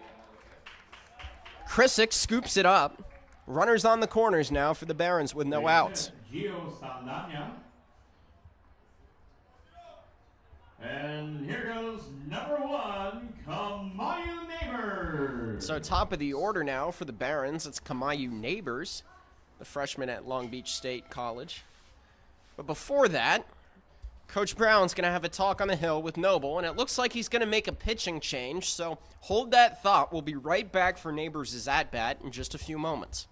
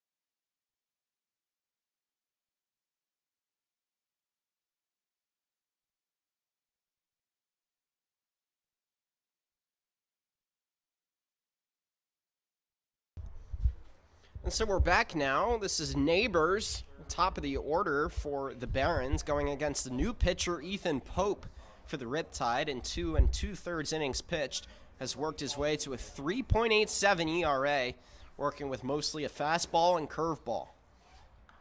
He's a junior at California Baptist University, and his brother Brian also played baseball there.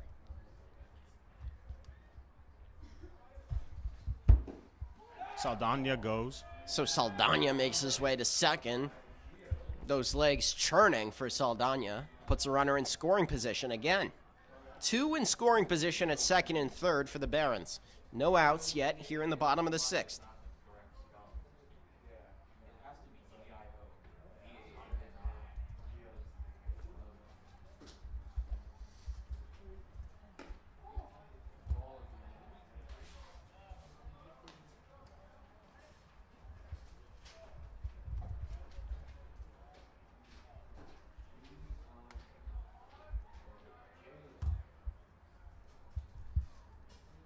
Here's the 2-0. This one works low. Neighbors takes a 3-0 lead in the count. Yeah, Pope, a guy who loves to work quickly, but he's also much better when he goes out of the windup than he does the stretch. But nonetheless, it's going to be important for him to throw strikes, something he's been doing really good at so far this year. But in this situation, you can't afford to adjust to the game after a couple batters. He's going to have to fire in strikes as he finds one there. Hitters count now for Neighbors.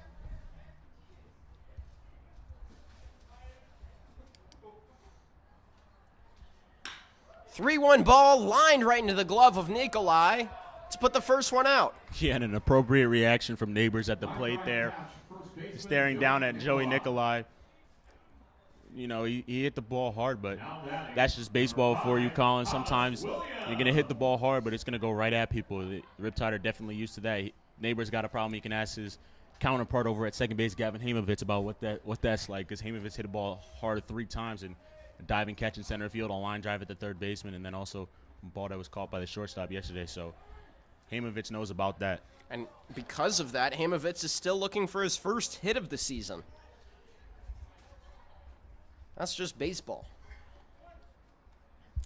He got a hit in the 9th yesterday, so. Hard swing through by Williams. Strike one.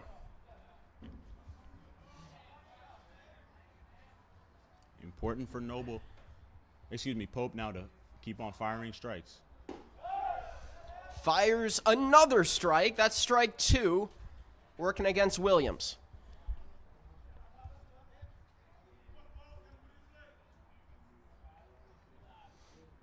Williams had that ball that Pinero almost caught in center field last inning, and also had that chopper up the middle back in the first.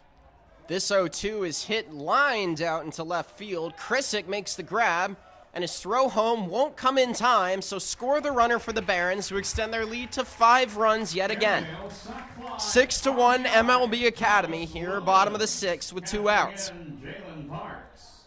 Yeah, and just a good piece of hitting by Thomas Williams, taking that pitch to left field, but also by putting that ball in the air, allows his teammate Parks to score on that ball. And even though Saldana wasn't able to move up to third on that play, he's still in scoring position here for Maxwell Diaz. First pitch curves into the zone for strike 1. But so far, Pope's been doing a really good job of throwing strikes, and 2 out of the 3 batters he's pitched to, he's thrown first pitch strikes, and that's something you love to see, because walking guys has been a problem for this Riptide team. And this 0-1's chopped out into foul territory, out of play.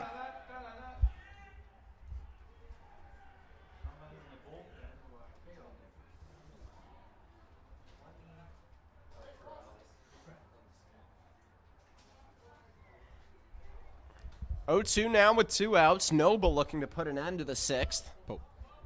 That's Pope. See if Pope goes to a high fastball here. He's throwing 2 curveballs to Diaz. Breaking balls. See if he goes up. Pope's high fastball warps inside the zone. That'll be ball 1. Went up, just wasn't able to locate it, and well too far inside to even get half of a swing from Diaz. See if he goes back to that breaking ball, or if he fires a fastball down and away. Here's the 1-2. Pope peering back. Works this one in the zone.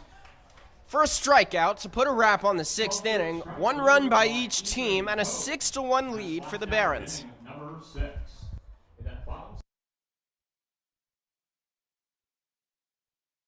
Exceptionally Thermidor, irresistibly priced. Introducing intentionally crafted leap into luxury packages. Whether you're a newlywed, designing your first home, or simply looking to remodel, you can get an entire Thermidor suite for just under $10,000. Design that will move you, a value that will stop you. Discover a new model of affordable luxury at thermidor.com/leapintoluxury.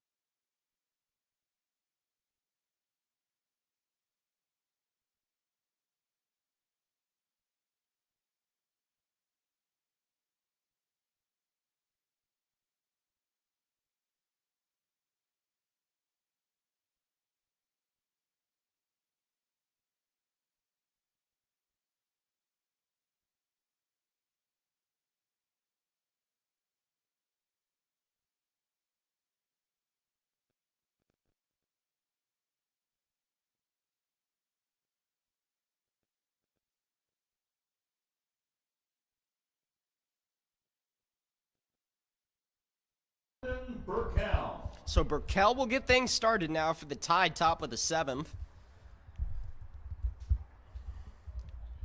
He's working up against a new pitcher for the Barons. That's Christian Lara, the right-hander.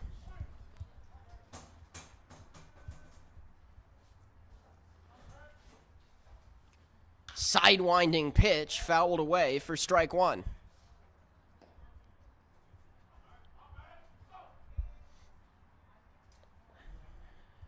He's got that Zach Thomas release angle. Unloads the 0-1. This one bends out of the zone. So that'll be ball 1.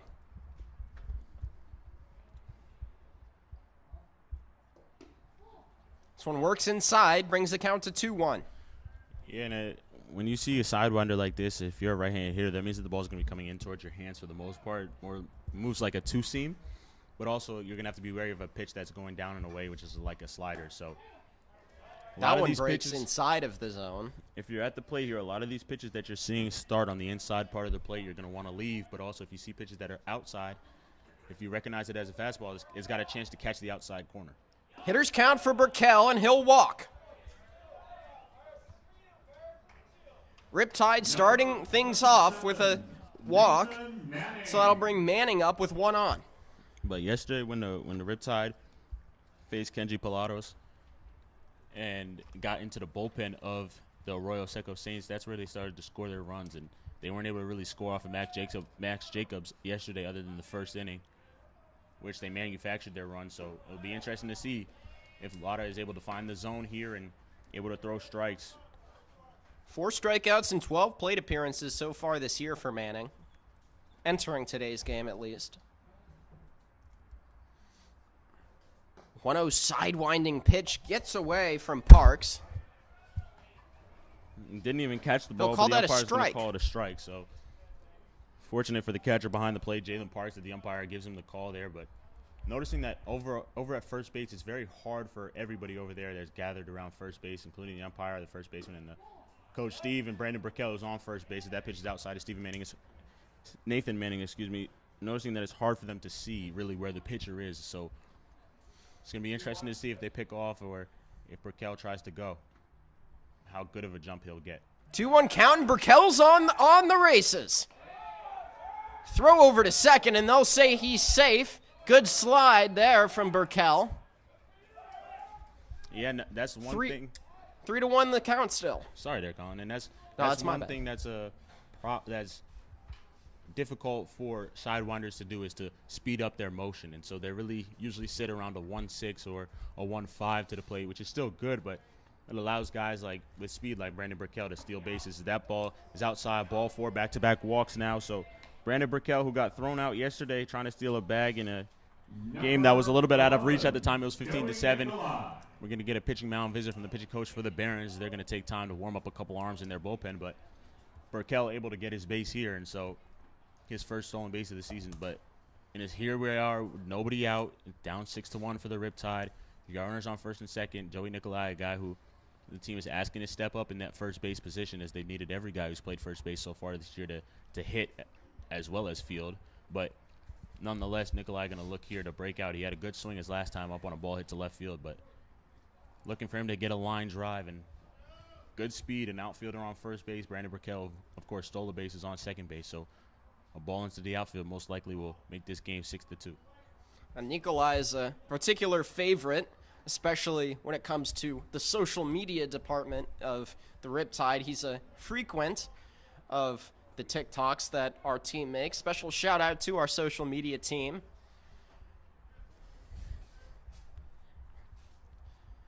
First pitch on the way, finds the zone.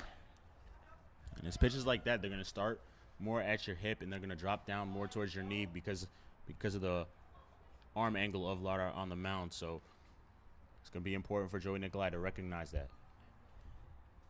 The pitch that starts at his knees is most likely going to be a ball. And the 0-1 there, just like you alluded to, goes for ball 1.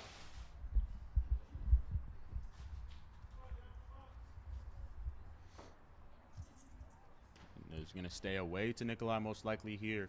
They went into Burkell, went away to Manning, but Nikolai's going to have to drive the ball to right field. As the 1-1 goes off the top of the barrel. That'll be popped out. So the play made there by Taveras puts the first one away. Now batting, number 7. So an unlucky piece of contact there for Nikolai will bring up Hamovitz in pursuit of his first base hit.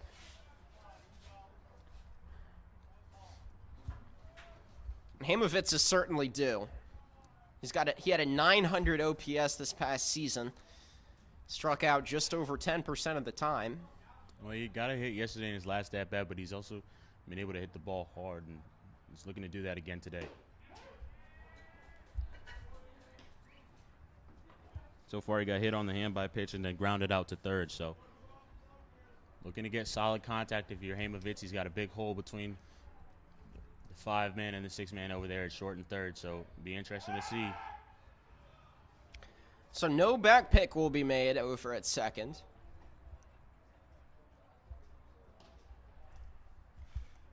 Of course, it said on point streak, Hamovitz was still hitless, but he's gotten on base at around half the time. 500 on base percentage, still enough for a 500 OPS. Hits this one right into the ground. Throw over to first is not in time, so Hamovitz will reach on the fielder's choice. And with 2 outs, corners are on. Yeah, and a great play by Marlboro over there as shortstop to pick that ball and take the time just to get the out at second base and not force the double play there. They easily could have tried to force that double play, and Neighbors could have thrown that ball away trying to throw that ball over to first base, but a good job by Marlboro to pick that ball over there and then spin and find his double play partner at second base. So Pinero's been lethal to start the year. Slugging .615, an on-base percentage of .647. Only 1 strikeout and 17 plate appearances. First pitch, grounded out into left field, and he'll drive one home. Riptide drawing closer. Pinero advances another into scoring position. So 2 on for the Tide with 2 outs. Now starting to draw a little bit closer as the author of the first home run of the regular league season steps up to bat. Yeah, and a good job by Santino Pinero. Those pitches that are from those underarm to submarine-like pitches are going to start in the middle of the plate and actually move more towards the barrel. So it's a great matchup for Santino Pinero and any left-handed hitter. So if Chris can move the order and get it to Shane Taylor, it's going to be a great opportunity. But nonetheless, Krissick has to get on base himself as that pitch is up in the zone but called a strike. That one looked contested. Krissick takes strike 1. Again, pitches that start up in the zone are going to drop down more middle. Pitches that start more down by your knees are going to drop out of the zone. And that one goes below the zone and a swinging strike 2 for Krissick. And using that logic, he should have seen that one and immediately held off. Yeah, well, that one seemed to drop just at the bottom of the zone. Maybe it still would have been a called strike there, but nonetheless, Krissick now has to protect. So something that's close, he's got to make sure he gives it a good cut. Here's the 0-2. This one gets away, and the runners advance into scoring position on the pass ball. Wild pitch right there from Laura. 2 in scoring position for OC.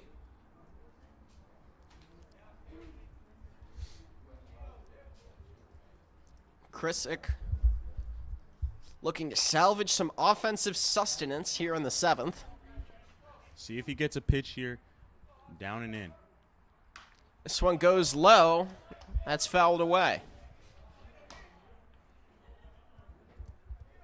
Now we'll see if they go back outside towards Krissick here, and it's going to be key for him to stay back on the pitch and keep his hands back, but also drive that ball towards right field, and hopefully it'll bring in 2 runs. Pinero, we know, has great speed on second base, so got a chance to bring this game to within 2 and move the order again.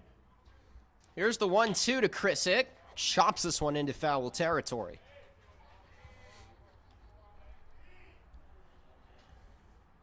You can go.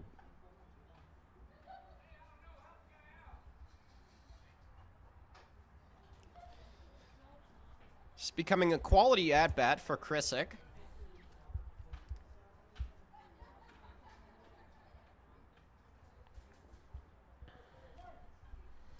finished a 234 at-bat season at UNLV with a 1,072 OPS. They called a balk there. Lara didn't come set there, and so that's going to give the Good call by Riptide the a free umpire. run. And so great job by the second base umpire there to recognize that pitch, and Lara didn't come set there at all. He's just bringing his hands together and then coming immediately to the plate. So Panero will move up to third, and in comes Gavin Hamovitz. So now Krissick is just going to need a base hit, but you're also most likely not going to get anything in the dirt because seen already a wild pitch from Lara that moved up the runners before and now allowed that run to score on the balk. So most likely going to get something in the zone. This one hit hard out into right field. And that will drop. And that'll bounce out of play for a ground rule double. So score the runner. Krissick's stellar day continues. That's his second hit of the game. 3 runs here to start the 7th inning, and now all of a sudden it's a 2-run game. And a great job by Krissick. He took that pitch down in the zone and kept those hands back and drove it into right center field. We're going to get a pitching change, so we'll talk more about it and about the new pitcher when we come back.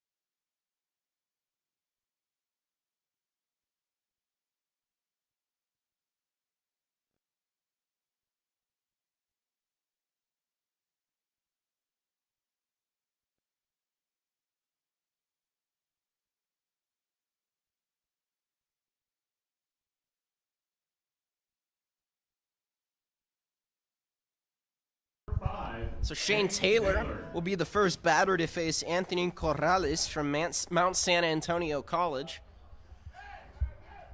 They go back to the right-hander. Big at-bat for Shane Taylor here. Definitely the guy you want up at the plate here in the top of the 7th inning. First pitch to Taylor, works in the zone.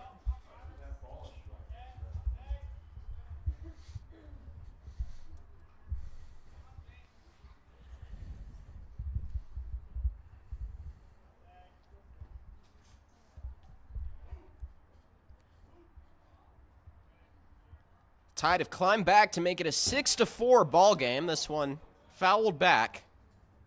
Just going to say it's a swing and a miss, and that's going to be a wild pitch. So an interesting circumstance there. Puts Krissick into scoring position at third. Nonetheless, 2 strikes on Shane Taylor, going to be important for him to protect here.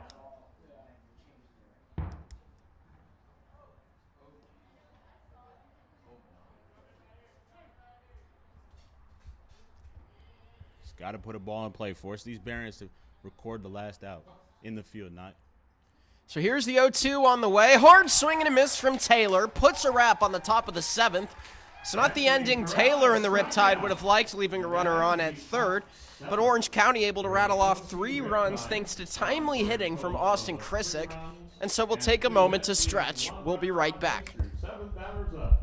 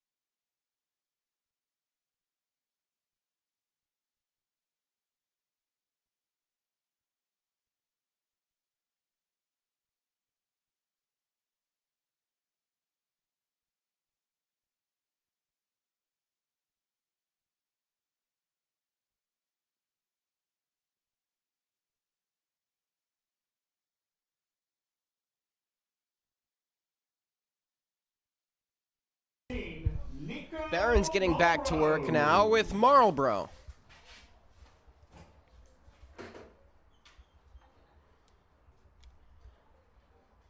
Marlborough getting the start in the 4 spot. Batting cleanup for the Barons. This one curves outside, ball 1. Had a great play to almost change the inning last inning of recording that fielder's choice there on the ball that was hit by Gavin Hamovitz, but that pitch misses down in the zone from Pope. Hard chopper down the left field line. Goes out of play. That'll be strike 1. Pope loves to work quickly. You're going to see Marlborough step in his box, and Ethan Pope's already going to be ready to go. Something I love to see out of the pitchers. Pope, 2-1 ball, bends into the zone, and this one fouled away for strike 2. Yeah, and you'll see Marlborough just picked his head up, and that pitch was almost already coming to the plate, Colin. So if you're Nico Marlborough at the plate, you've got to be ready as soon as you step into that box.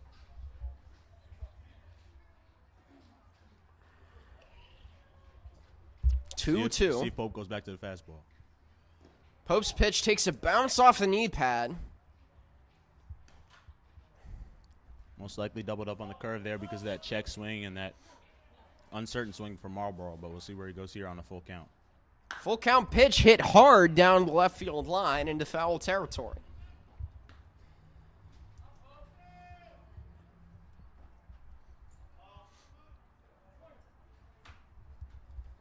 Full count pitch. This one chops down the left field line in play. Throw over to first. Puts the runner down. Good play by Dom Soto. He stayed down on that ball. And he's got a strong enough arm being a catcher to throw that ball all the way over from third base and take his time as well. So good job by Soto. Good job by Ethan Pope by not giving up the freebie there and forcing the Barons to put that ball in play. Aaron Greenfield had a sac fly to center field and fortunately got 2 RBIs for him at the plate. But right now that second run is a big run as it's a 2-run game now. Pope finds the zone for strike 1 to Greenfield. Riptide scored 3 here in the top set of the 7th. This one high outside. Evens up the count 1-1. Hard swing and a miss, strike 2.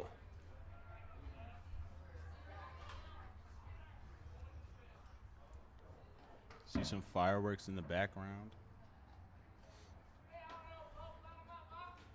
Greenfield taking his time, but as soon as he picks his head up, Pope's going to go. Right on cue, Pope unloads a 1-2 fastball below the zone.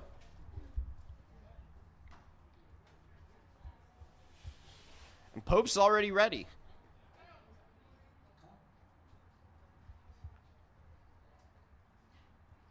There goes the 2-2. This one chopped down the left field line again. Those Baron bats love that part of the field this inning. Greenfield doesn't like the sound of that, so it looks like he's going to get a new bat. Maybe take a little bit of time and throw Ethan Pope off of his rhythm. So not a bad choice if you're Greenfield there at the plate, but I'll tell you what, as soon as he steps into that box, Ethan Pope is going to be ready to fire in at that 2-2 pitch.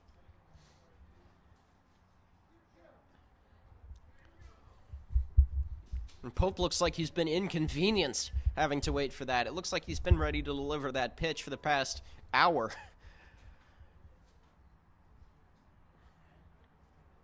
Greenfield with a K rate of 189. Here's the 2-2 with one out.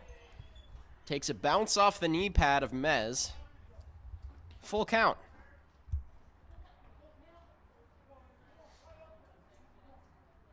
Important for Pope not to walk this batter, even though there's already one out. Still don't want to give up these freebies. Full count pitch goes out of the zone. That'll be a walk there for Greenfield. Aaron Greenfield. Stepping up to the plate. Good at bat so far. 20, So far Spencer today, Williams. Greenfield has really only had productive at bats. He's got 2 sac flies and 3 RBIs. And back in the first inning, he had a fielder's choice in which the Nikolai threw home. So nothing Greenfield could do about that. But he's been able to put the ball in play every at bat and gets on base again with the walk here. First pitch strike for Pope. Spencer Williams is the batter now. Williams, a freshman at Harvard. Red-shirted last season. Double play ball. This one lined over to Soto at third. Throw over by Hamovitz to first. Puts 2 down at the same time to put a wrap on the 7th inning. Orange County with life after 7. Dominic Soto to Gavin Hayes.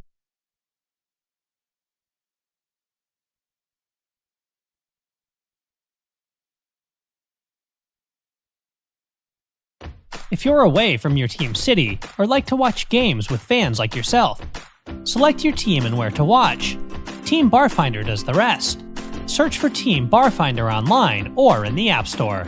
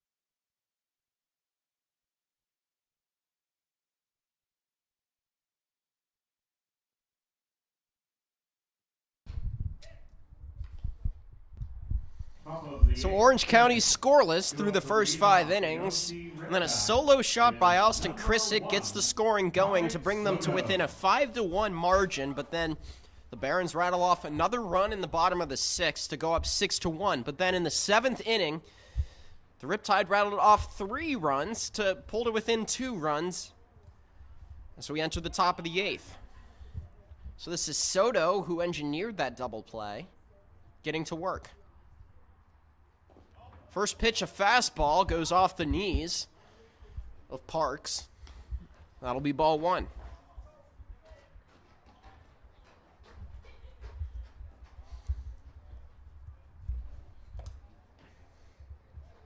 It'll be important for Soto to get on base here, lead off man in front of Gavin Mez. There's the 1-0. That slow windup got him to bite. Strike one.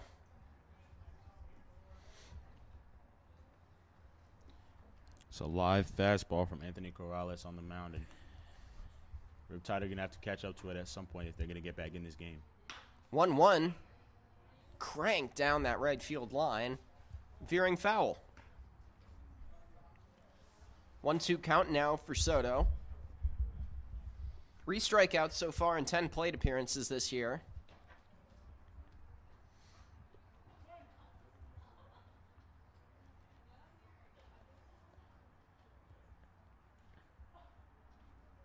One, two goes high and above. Good job to lay off there from Soto. Everybody loves to swing at those pitches with 2 strikes, especially fastballs up in the zone. So see if Corrales goes to the curveball in the dirt if he sticks with his fastball, because it's been very live and Soto's yet to catch up to it. 2-2 to Soto on the way. Another one. Some high cheddar there. Floats up the count. Yeah, and to me, Corrales he's just overthrowing on the mound right now. He's got good stuff. His fastball's got good velocity, but he's trying too hard to just throw it as hard as he can instead of trying to locate it. Full count pitch on the way to Soto. This goes off the glove for a walk. A high quality at bat for Dom Soto. Gets Orange County going here in the 8th with the tying run up to bat.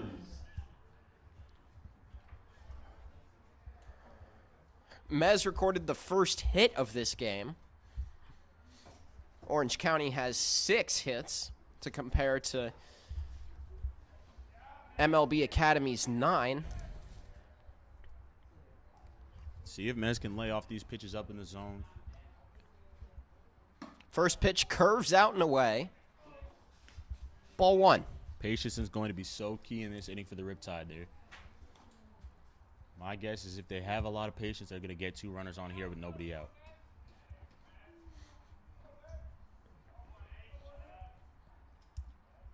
Corrales unloads the 1-0 out of the zone.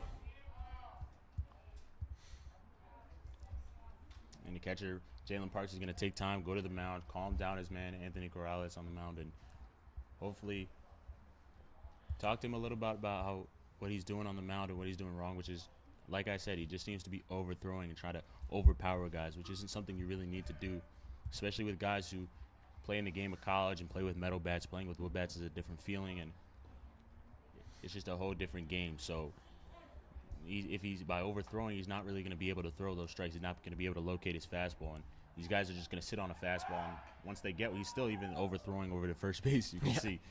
Looks like he may have had that one too. Yeah, and nonetheless, it's just a matter of him being able to locate that fastball and at least make these other guys have to think that he can throw the curveball or think about the curveball. Otherwise, these guys are just going to be taking the whole time. So here's the 2-0. Mez sits on it. That one looked like it went a little too inside, but they'll call that strike 1. Mez was the 2019 varsity baseball MVP at Bishop Gorman High School, a team that won a Southern Region championship, and also on that team, leadoff hitter Santino Pinero. And now they're teammates in college, so. They've been teammates since high school as well.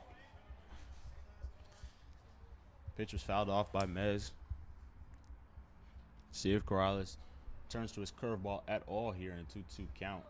Spiked one against the leadoff man in Dominic Soto, so it'll be interesting to see if he sticks with his fastball here, which is really all he's thrown since that curveball this inning, or if he throws that curveball again. Here's the 2-2 to Mez. This one lined out into left field. That'll keep the base hitting going for Orange County. 2-1 here in the 8th with no outs. And a great job at Gavin Mez there. He got a little bit jammed, but he was able to find a gap there. And again, sitting on that fastball, we're going to get a pinch hitter here in Clayton Owens, who's going to come up and pinch hit for Joey Nikolai, make it a bit of a better matchup. And this is a big at-bat for Clayton Owens. Owens. Clayton Owens.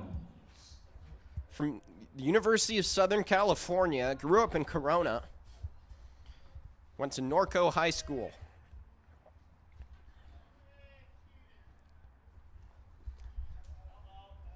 When we talked to him, Jeffrey, when the two of us talked to him before the first scrimmage game, he said his goal this season was to be an all-star. This is certainly a moment to start making that case. Runners at first and second. This one well inside. The runner's on his way to third. They'll throw over to second. So they'll call Mez out. That'll put one down for Orange County. And if you look at yesterday's game and the box score and the number of guys that were thrown out on the base paths, if you score those as runs, the Riptide would have won that game numerically. Yeah, Colin, and that's a thing about Gavin Mez there. He's just got to hold his position there at first base. Although Dominic Soto went, you're going to create a situation of having first and third, and maybe the Barons will turn a double play. That ball's going to get fair down the line. There's a base hit there for Owens to drive one more home, and it's a one-run game. Owens streaking to second base. That one just teetering down that right field line to drive Soto home.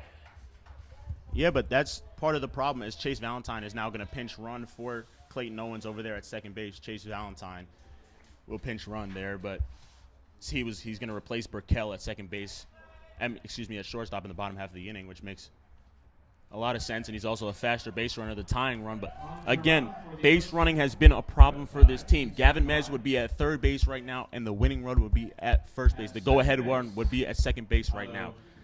But because of the fact that Gavin Mez gets thrown out at second base, is going to change the situation. Nathan Smith is also going to pinch hit now for Nathan Manning. Nathan Smith is going to pinch hit for Nathan Manning. So a bunch of adjustments are certainly about to take place here. And now checking into pinch hit for the OC Riptide. Smith's a guy who's struggled to find his bat so far this season. He's got a .333 on-base percentage. Recorded a 4.0 GPA in high school. Quite possible Coach Brown is turning to his most reliable and cerebral batters.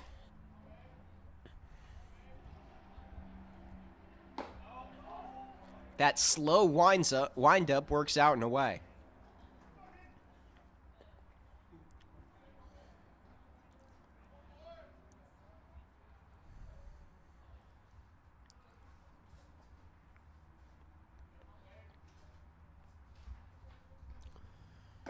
One-oh count. This one trails off and away again.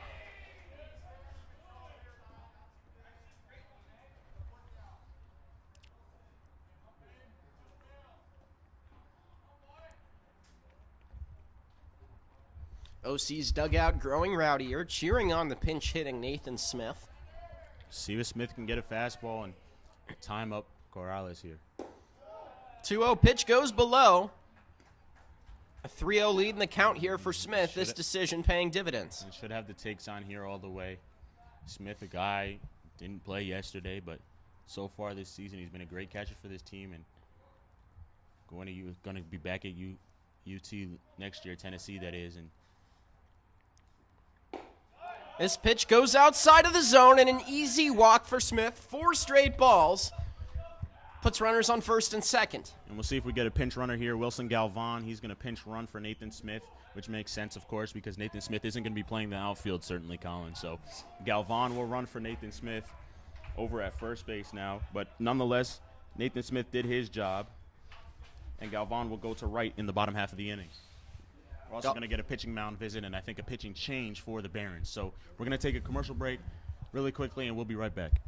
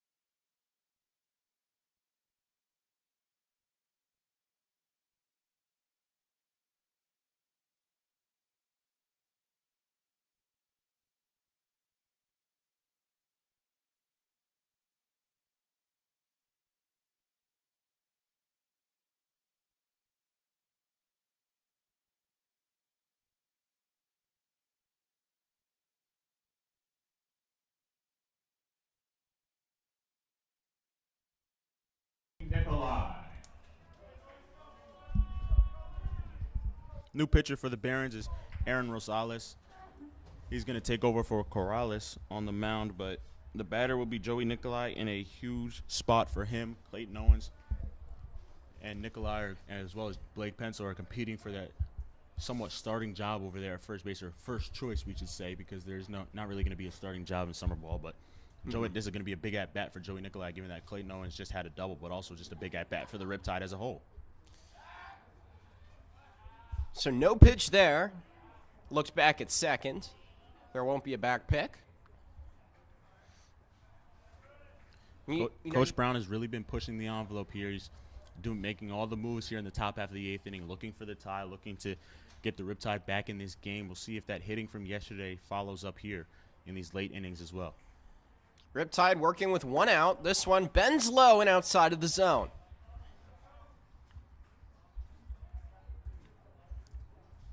You know, you can't think about the Riptide situation right now without going back to that play where they threw Galvan out and Mez, excuse me. And so if Mez is able to stay on the base path, it would have been a bases loaded situation for the Tide. This one fouled away. And it also changes the at-bat for Joey Nicolai as well, because it forces them to really have to throw strikes and pound the zone. They're not worried about missing on a pitch or just barely missing. Instead, you're more worried about not throwing a pitch right over the middle of the plate, right? And so also not throwing a pitch in the dirt, because if it gets away, it's a wild pitch and could tie the game. So changes the at-bat. He would get more pitches on the inside part of the plate and the edges as well. So he can really change his eyesight and find a pitch he wants. But still a 1-1 count, so he's got a good chance here.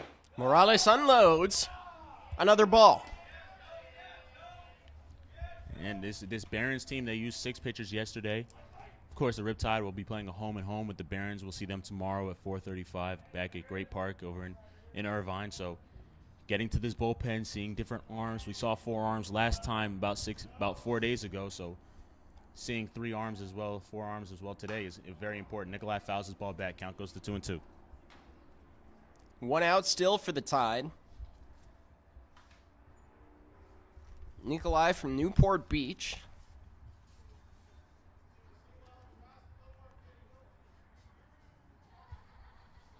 His stats took a bit of a dip from year 1 to year 2.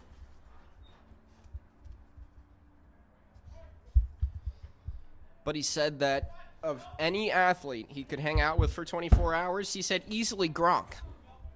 Rob Gronkowski, the former Patriots tight end. Nicolai, a guy who loves the nightlife, but hard swing and a miss there, strike 3. Nicolai goes out swinging.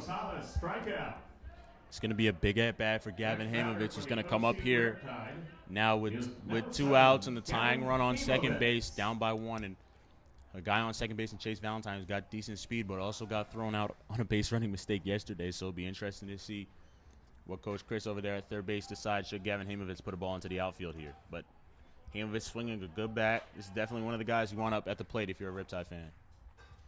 And he's certainly due for another hit here. At first pitch, works in the zone for strike 1. Grounded the ball to short last time on a great play made by Marlboro, a hard hit ball that he scooped and was able to get the fielder's choice at second base. So seeing Hamovich swing a good bat. Had a base hit yesterday in the hole between short and third, so we'll see if he can do it again. 0-1 ball goes on the glove. That's a pass ball. 2 runners in scoring position now for the Tide. The plot thickens here with 2 outs. Yeah, and once again, this is going to change the at-bat here for Gavin Hamovich. Not going to see pitches down in the dirt most likely, so you can change your eyesights to pitches that are going to be up in the zone and expect a lot more fastballs, as Rosales on the mound is going to be worried, but also he just threw a fastball up in the zone that went past his catcher, so set your sights at the knees to the belt.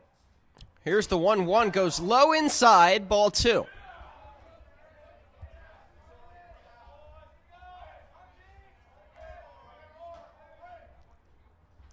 Hamovich working with a 2-1 lead in the count, 2 outs. Slugged .490 this past season of play. Here's the 2-1 up high. Hitters count coming up for Gavin.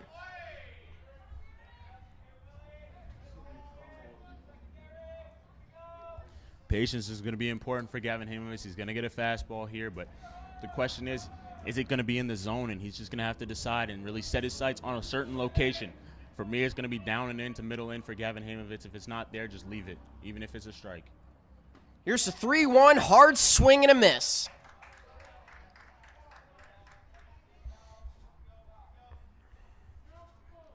Tide looking to keep the inning alive. Top of the order up next with Pinero. Yeah, with the go-ahead runner, Wilson Galvan on second base. Himowitz is going to have great discipline here at the plate, not to swing at a pitch that's up in the zone, up at his chest here. Morales, full count pitch, hard swing through, strike 3. Strikeout delivered. Riptide leave 2 on at second and third as we head to the bottom of the 8th. So Orange County claws back but still trails 6-5.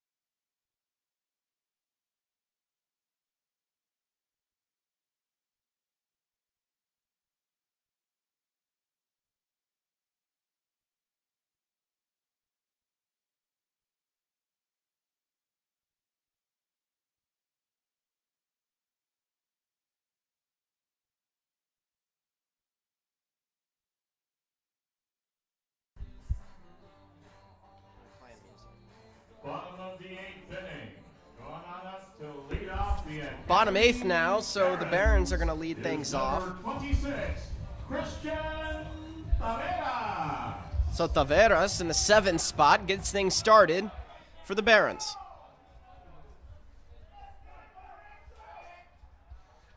MLB Academy looking to put the finishing touches on this one, up 6-5.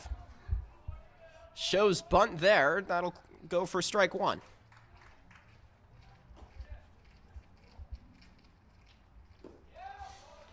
Another swing through. That'll be strike 2.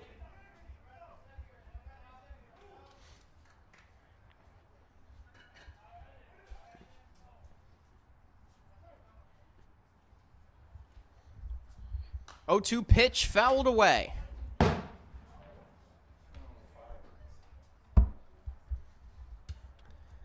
Pope still on the hill for Orange County.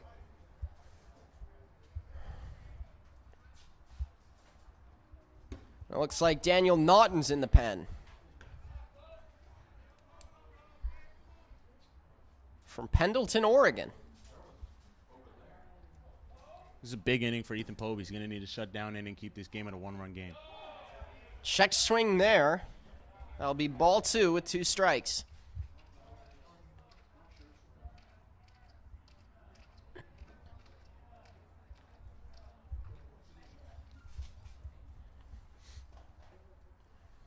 Two on the way. Outside.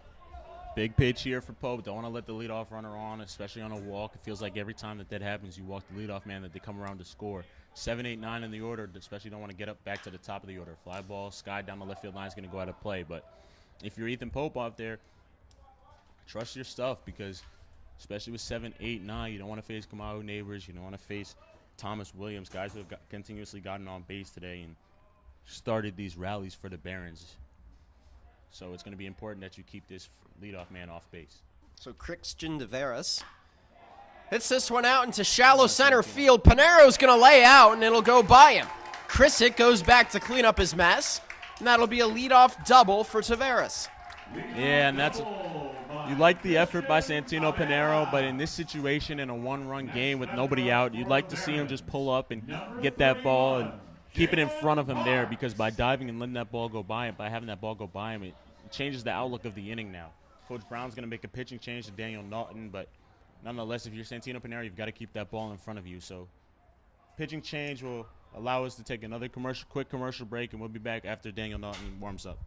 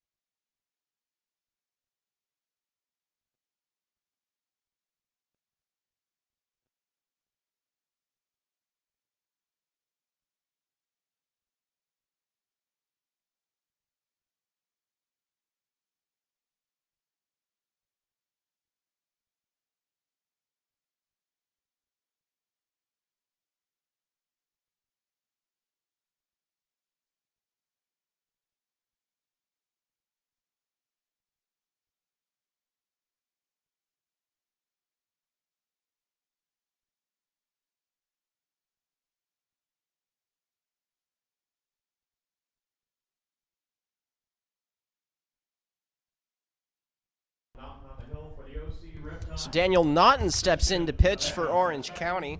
And Jalen Parks at the plate. We have an Oregonian in the game. That's Daniel Naughton from Pendleton, goes to Gonzaga.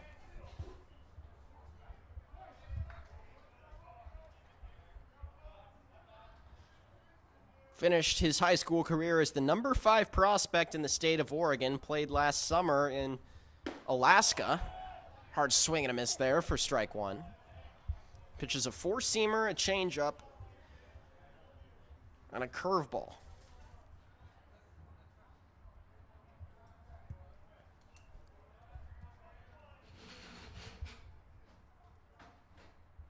It's Parks at the plate now. This some high cheddar. Nearly brushed the elbow. That's a ball. Yeah, and expect only to see pitches that are off speed down in the zone to Parks, and Loza had a good swing on a fastball that was down in the zone off Jack Noble back in the 6th inning. So it's going to be important for Naughton if he's going to throw pitches down in the zone, for it to be off speed or breaking balls, and keep that fastball away from Parks, especially on the inside part of the plate. Naughton peers back at second, unloads the 1-1. Hard swing and a miss, strike two. Parks' swing is really made for pitches down in the zone. And throwing a fastball down in the zone is just pitching to his strength, Parks, that is, at the plate. So if you're going to go with the fastball, you want to keep it elevated. You want to keep it above the belly to about the letters. And if you're going to throw it down, like I said, just throw it off speed, throw it a breaking ball. But certainly keep the pitch away from on the outside part of the plate if you're not on the mound and Mez behind the plate. 1-2 the count now.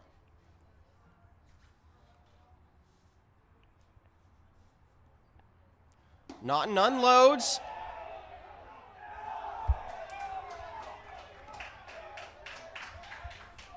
What Looks like check this he swing, went but through. it's going to say that umpire appealed to the second base umpire says that he didn't go, which of course is an angle that you really can't see from being at second base, and it really should just be up to the home plate umpire. But nonetheless, the count goes to 2-2, so Daniel Naughton still has about 2 pitches to play with, but you really don't want to get to a 3-2 count here. Riptide in sheer disbelief at that call. 2-2 ball on the way, fired back and away. So Naughton's been staying with the fastball so far. We'll see if he goes at all to a changeup, tries to get Parks to swing and miss. But, of course, you want to stay away from pitches that are down in the zone to Parks, as that's something that he's just had good swings on each time so far today. There's a 2-2 again. This one chopped off the dirt. And it gets out of the glove of Soto, and that'll be a reach via error for Parks. So just what you said, Jeffrey, could not happen, which is giving the 7, 8, 9 hitters opportunities, has started to happen here. No outs yet for the Barons. Yeah, and this isn't that bad, where most likely Saldana is going to be bunting. Maybe he won't be, but he came up in a situation last time as well where he had the opportunity with runners on first and second where he could have bunted, and instead he swung, and I believe he got a base hit his last time up to left field. With that time was with a runner, just a runner on second and nobody out. But we'll see if Saldana here, because it's a different situation where you're only up by 1 if he's going to square away. First pitch to Saldana, showed bunt. Go to second. That'll go off his bat. And the throw over to first puts him out. 1 down by the Barons. Would have been interesting to see. Colin, if Joey Nicolai at all would have taken the chance to go to second base and hopefully get that out, because Saldana wasn't running at all. So if you get that call at second base and get that out call, then you have an easy double play over there at first base. And nonetheless, now you have to face the top of the order in Kamayo Neighbors and Thomas Williams and hopefully keep the Barons from scoring.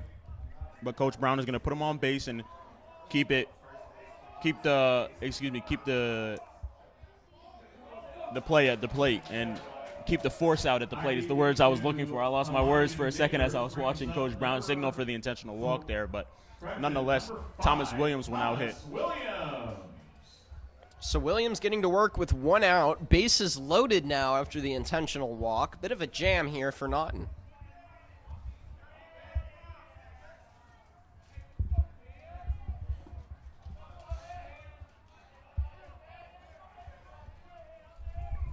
Let's see if this decision pays off. First pitch skied into foul territory.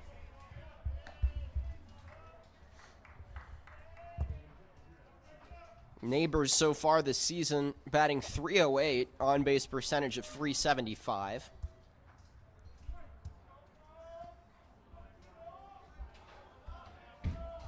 Here's Williams.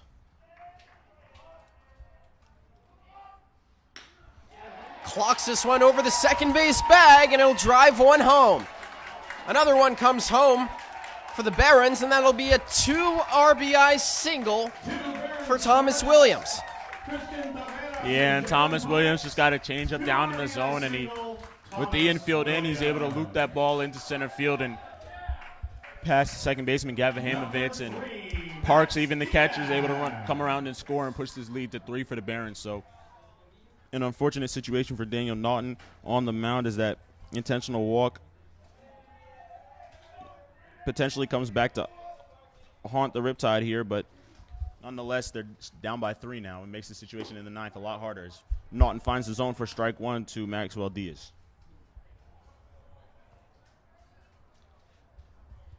Unlucky for the Riptide as they fall down 8-5 now. They're being out-hit 11-8. The 0-1 goes off Mez's knees. The ball circles behind home plate. Mez recovers. Now both runners in scoring position.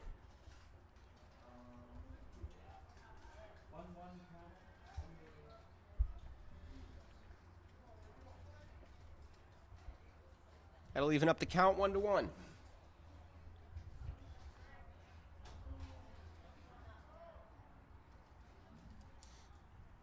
1-1 pitch, swing and a miss. And a good pitch there from Naughton. Blowing that fastball by Diaz at the plate, but really need a ground ball at an infielder where you can hold these runners at second and third, or a pop up in the infield. But strikeout works as well if you're not on the mound. 1-2 pitch, swing through, strike 3. Yeah, and on the last 2 pitches, Diaz just wasn't able to catch up to that fastball from Naughton on the mound. So allows his infielders to go back to their normal depth, and be interesting to see how they pitch to Nico Marlboro. He's walked today. He's also got a double, and he's reached on an error by Burkle over there at shortstop, as well as grounding out to Dominic Soto his last time up. So Marlboro put the ball in play every time except for that first inning where he walked. So that means 1 for 3 with a walk for Marlboro. Takes strike 1.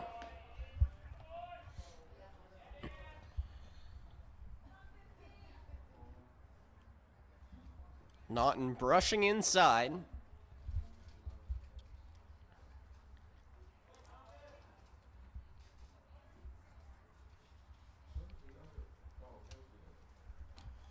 Gavin Mez gives out the sign.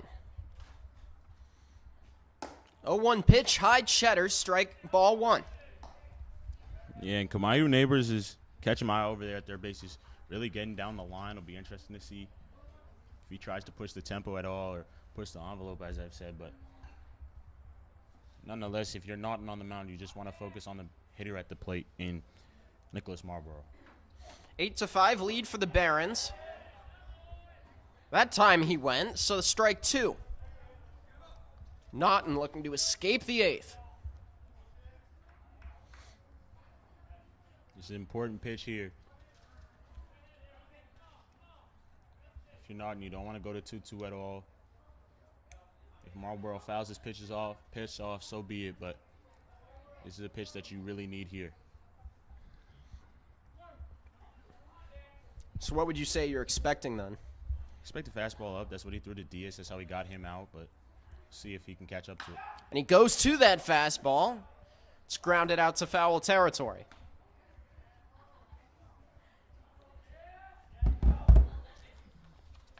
Vincent Temesvari, a guy who tripled last time against the Academy Barons, is on deck. Tripled, but he also struck out 3 times against the Riptide back in the 3rd game of the season. So should Marlboro reach base here, that's who's going to pinch hit for Greenfield. 1-2 to Marlboro in the dirt. 2's hot in the 8th.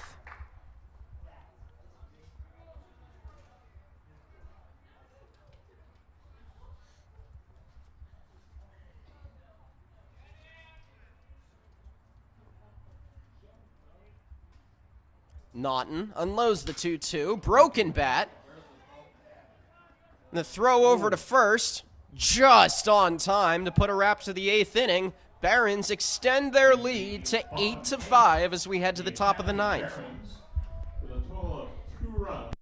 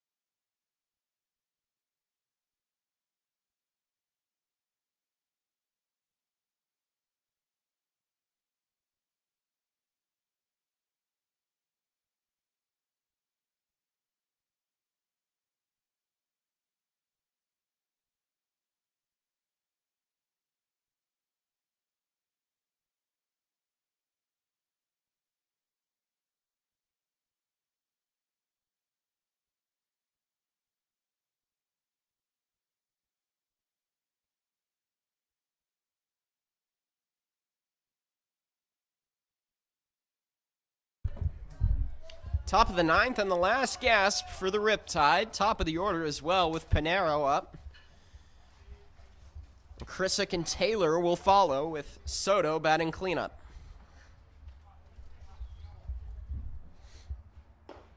First pitch to Pinero, strike one. Riptide down by 3. These are the guys that you want up here in the top half of the ninth inning. You want Santino, Krissick, and Shane Taylor, like you said, guys that you can hope can get on base in front of Soto and 0-1 brushes above the zone. Soto and Mez. That would be who would be due up 4th and 5th in this inning. Guys who have gotten on base today, guys who have driven in runs in their most recent at-bats. 1-1 count. Pinero leads the team in hitting so far. Fouls this away, strike two. Pinero, a guy who just seems to always find a way to just to get on base. Doesn't really matter where the pitch is.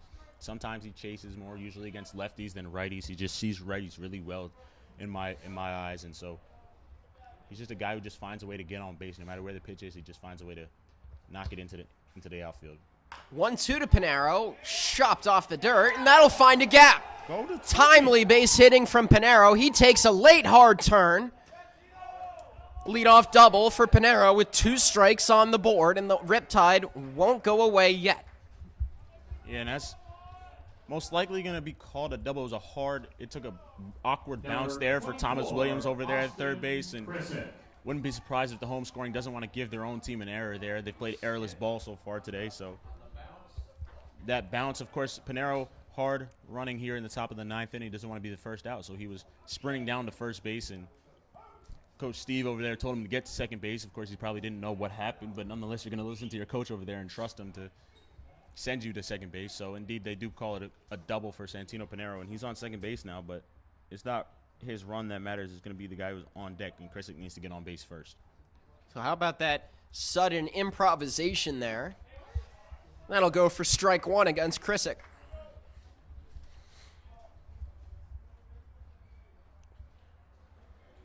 Krissick played exclusively right field in college, has played pretty much only left field here with the Tide. And that's really what his arm is more made for, is made for left field. But it's Krissick's bat that has really impressed me so far this year, but also his eye at the plate and his ability to, even when he has 2 strikes, to take pitches just off the edge. And he's down in a hole here, so usually you would want him to hit a ball to the right side, but you're just looking for him to get on base. So whatever he's able to do here, you'll take, especially if he gets on base. 0-2 to Krissick. Does a good job to bounce that one foul. So he'll live to play another at-bat. Yeah, spoiled that Rosales curveball there. Good plate recognition and pitch recognition for Krissick, although he was out in front of it. But nonetheless, he just did a good job of fouling it off and living for another pitch. So we'll see if Rosales turns to the fastball, something that Krissick has hit really hard today and has a ground rule double and a homer. But it'd be interesting to see what Rosales turns to if he throws that curveball again that had Krissick off balance. So he'll live to see another pitch, not at-bat, as I previously claimed. 0-2 pitch, high, Cheddar, ball one. And this is what I mean when I talk about Krissick's eye, is that he's taking pitches up in the zone that guys might swing at. Of course, that one seemed to be a little bit too high just to even get half of a swing from Krissick. But nonetheless, it'll be interesting to see if Krissick can lay off these pitches, and it's going to be important for him to lay off pitches. 1-2 to Krissick, gets a clean cut, bounces this one. This time a safe fielding play is made. So a ground out for Krissick, puts the first one down. Number 5, Shane Taylor. And here's Taylor, who's struggled quite a bit this game, still yet to reach. One of the better hitters on this roster statistically. Had a 950 OPS this past season at Utah Tech.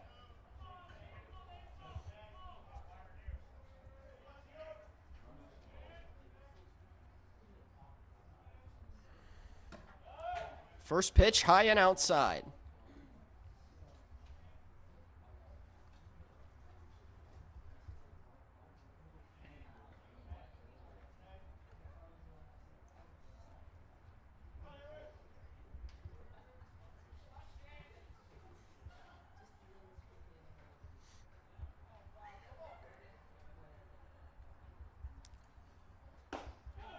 1-0 pitch just above the zone. 2-0.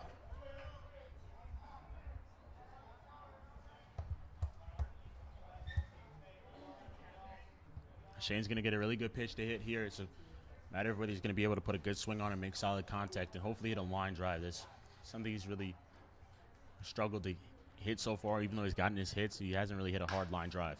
Taylor grounds this one out to shallow right. Advances a runner to scoring position, but now 2 outs for OC. Mayu Neighbors to Christian Taveras.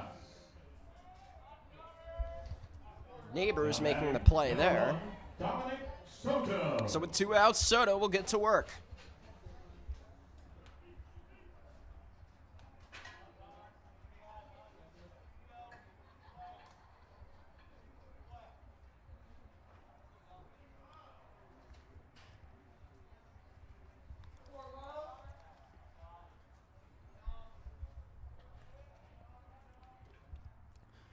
First pitch, hard swing, strike 1.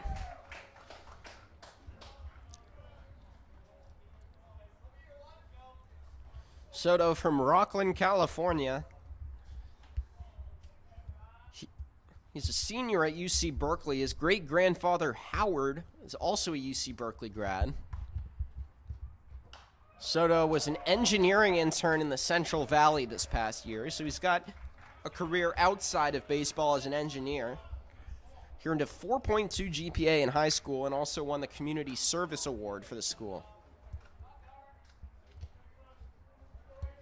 Important for Soto not to chase pitches here. Loves fastballs, but if he gets a curveball here, he's just going to have to go with it and hit it towards right center field. 0-2, looking to live another pitch. Fouls this one away. Yeah, well out in front of that curveball. We'll see if Rosales goes back to that curveball. Doubles up on it, given how far out in front Soto was on that pitch. But nonetheless, Soto did a good job to protect.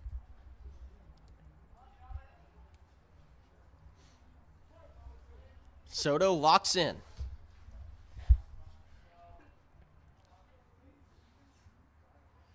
Oh, 2 on the way, up and high.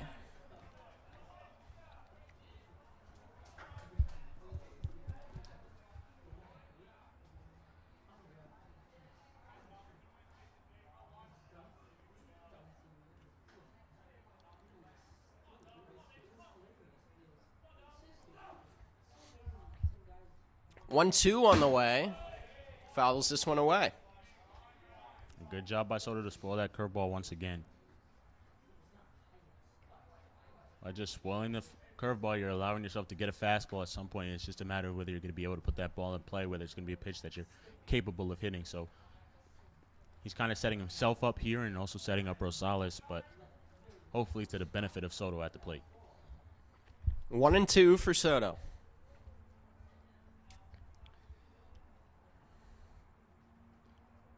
Pinero on third. 1-2 on the way. Ooh. Call that high Parmesan.